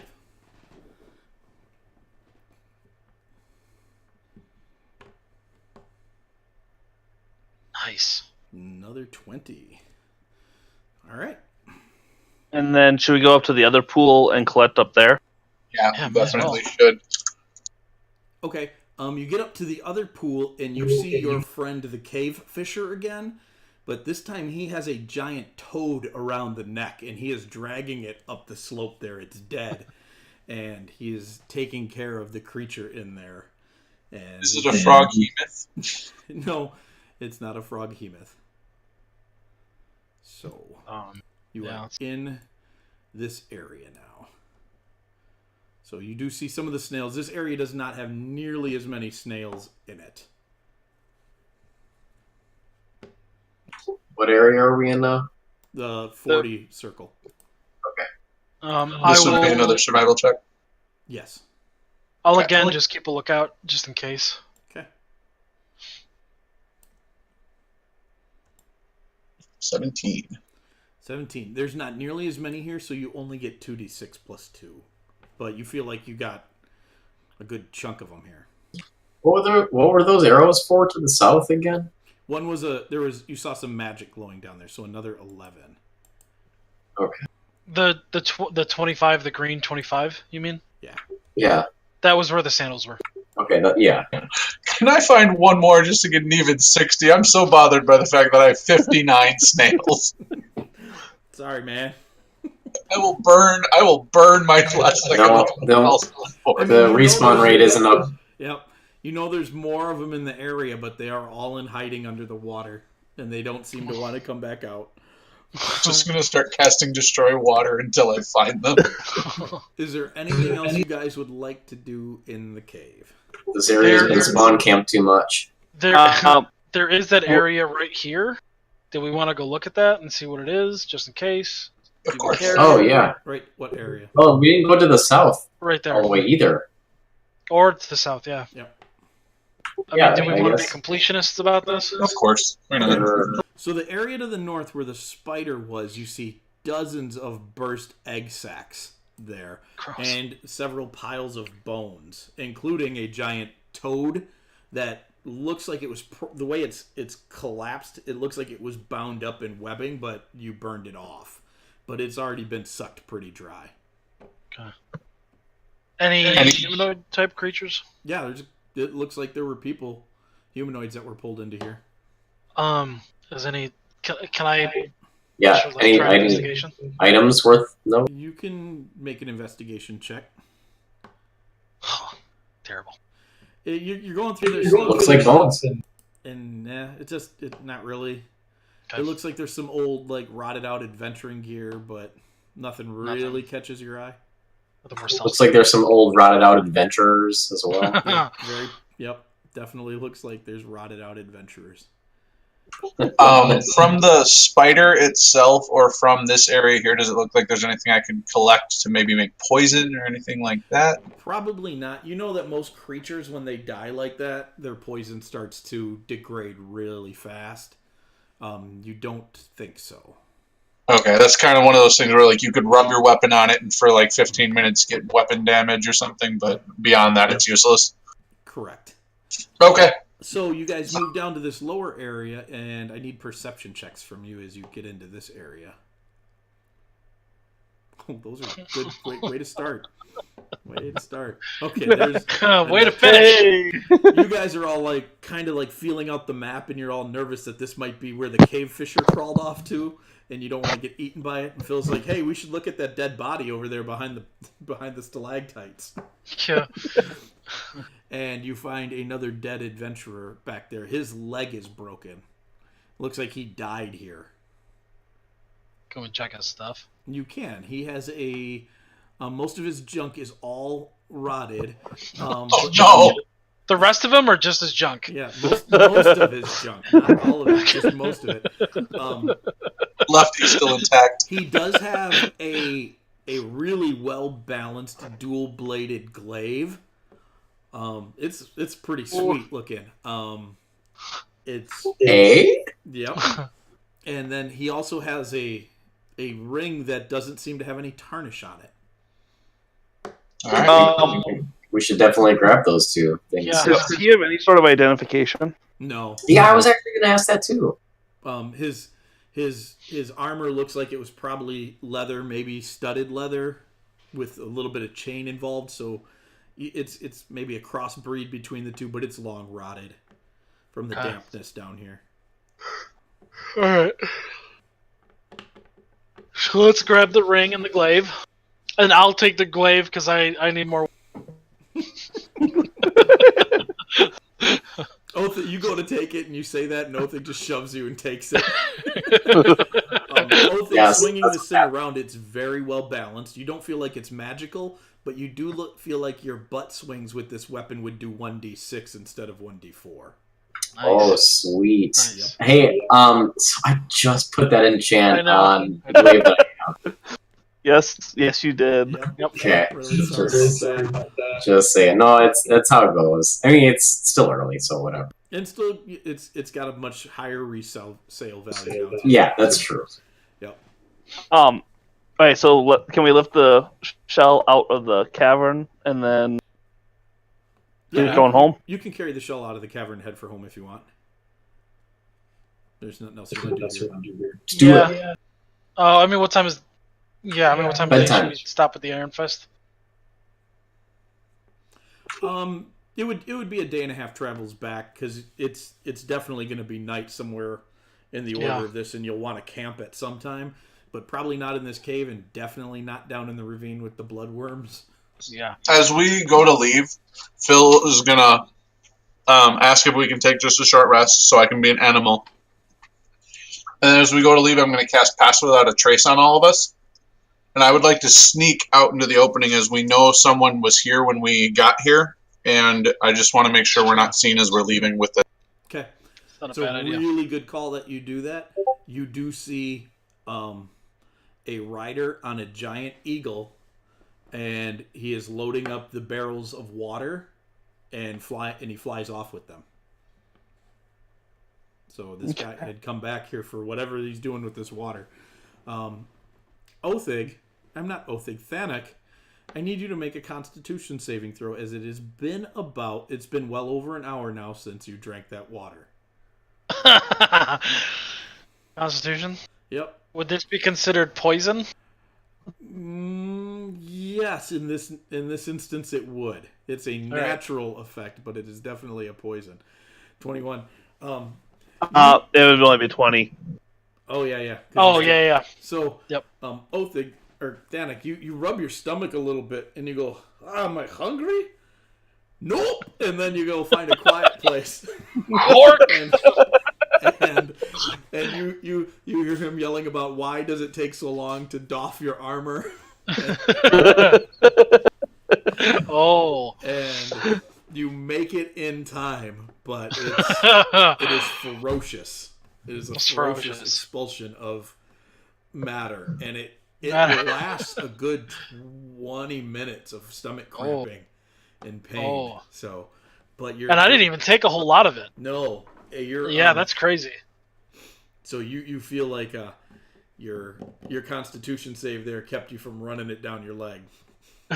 Can I investigate the water and see if there's something being grown in it or something? You can make an investigation check. Yeah, I feel like this is the beginning of biological. No, actually, you're right. So it's like, did we see like what kind of either colors or armor that guy was wearing who took off on the Griffin? He looked very Eagle. plain on the eagle. He was wearing some splint mail, so it was a heavier armor, and had a helm over his head. You couldn't no identifying marks. So basically, because he's not wearing identifying marks, you could pretty much guarantee he was not Kren military. He's up to no good. Should we destroy the crates that he has here? No, we know something's going on here, but I don't know what. I'm just going to leave a note that says "Good on ya," and I'm gonna sign it Filbert Granite back. Here's actually what I'm gonna do. I'm going to, You're taking a poop right now. after I'm done with that. Mav is going to remind you that the compost posts are on the other side of the Elenos. It's a long walk. No, it teleports. Hey, Phil, do you have any more NP bottles? You don't need to collect your poop. That is quite all right. Hey, thanks. Get some of that water. Bring it home and see what happens. That's it. Yeah. Okay, so you guys head back. It's an uneventful trip back. You stop by the Iron Fist estate on the way back. They're again happy to see you. You head back to town, ring the bell, I'm assuming? Yeah. And, yeah. Everyone's dead. You ring the bell. What was her name? Forna? Frona? Yeah. Forna shows up, and she says, "That was much faster than my master would lead me to believe you would have accomplished this task." Do you have... It's because I was with. Do you have the shells that we're after? We do. Okay. 30, in fact. 30. Okay. That's how many... We are giving her 30? I was going to give her 29. And Well, Andy suggested 30, and so I thumbs upped it. So I I want don't an even number. I'm going to freak out. I wanted to put 1,000 towards the house. Oh, because I get it. I thought you meant, like, just here's 30. No, she can pay us for the Yes. extra 10, Yes. and then Totally, we put yep. that. Oh, Yeah. got it. Whoops. Yeah, no, I'm totally with you on that. Yep. And then We're only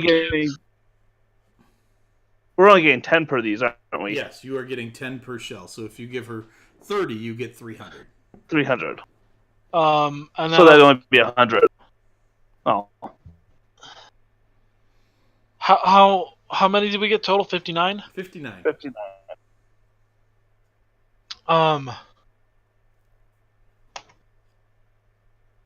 So that'll give us what, 29 to play with? Yeah. I'm fine with that. Okay. Do you want to... Phil, do you have something to say? Yes, Phil doesn't like having 29. Phil wants to keep 30 and not 29. Okay, so I will take one out of the pile and hide it from Phil. No, he wants. That'll only give him 28. That's fine, that's an even even. number. An even number. Okay. All right, so 10 gold. And then for when he everyone breaks you one, I'll turn give it over, back. And Filbert keeps 30 shells. So 290 gold. Filbert keeps 30 to keep him from freaking out. Anything else you guys want to talk to her about? I think I'll just, have her give Despina our regards and thank her for trusting the granite packs. Yeah, probably. We hope this has helped repair some of the. Damage. We hope this has helped. It should, she says. You brought extra over what we requested. Very good. And she leaves. And as she's leaving, the other group gets back, and Marilee sees her and kind of gives her a dwarf shoulder as she walks past, and you see her smiling. As she Would Despina be interested in that shell? Is she the one you guys should try and sell that to? Wait, what? Say it again? Is Despina the one you should be selling that shell to?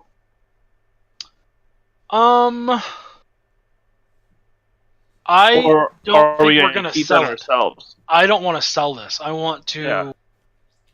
keep I it. thought we were keeping it. Yeah, and if people want to help us do something with it, that's fine. But I don't. I want to use this for us. Okay. So you don't mention the shell to her, and that will be the end of our adventure, and that's where we'll end for the night, and that's where I'll leave you guys. Okay. So cool. I hope you enjoyed tonight's adventure with all of its Yeah. quirks, the snail and the fisher and the bloodworms and the sloth barbarians. The sloth. Yeah. Those are Man, that right there was one of the biggest reasons why I wish we were video recording still, because your faces when it raged and just started attacking you were just amazing. great. Those were Planning like on pretty using those on pretty close to Allie? Peritons. We almost got killed at the first fight. No, we did not almost get killed by that. No, it just took 10 minutes longer Just than took it should Yeah, have. forever. just took forever. Sorry. That was so funny. That and the bloodworms. Like, we really should have been done right a little after 9, but you guys just could not slog through those combats. Just couldn't keep it together. Just the rolls. It is. That's the way it works sometimes, I guess.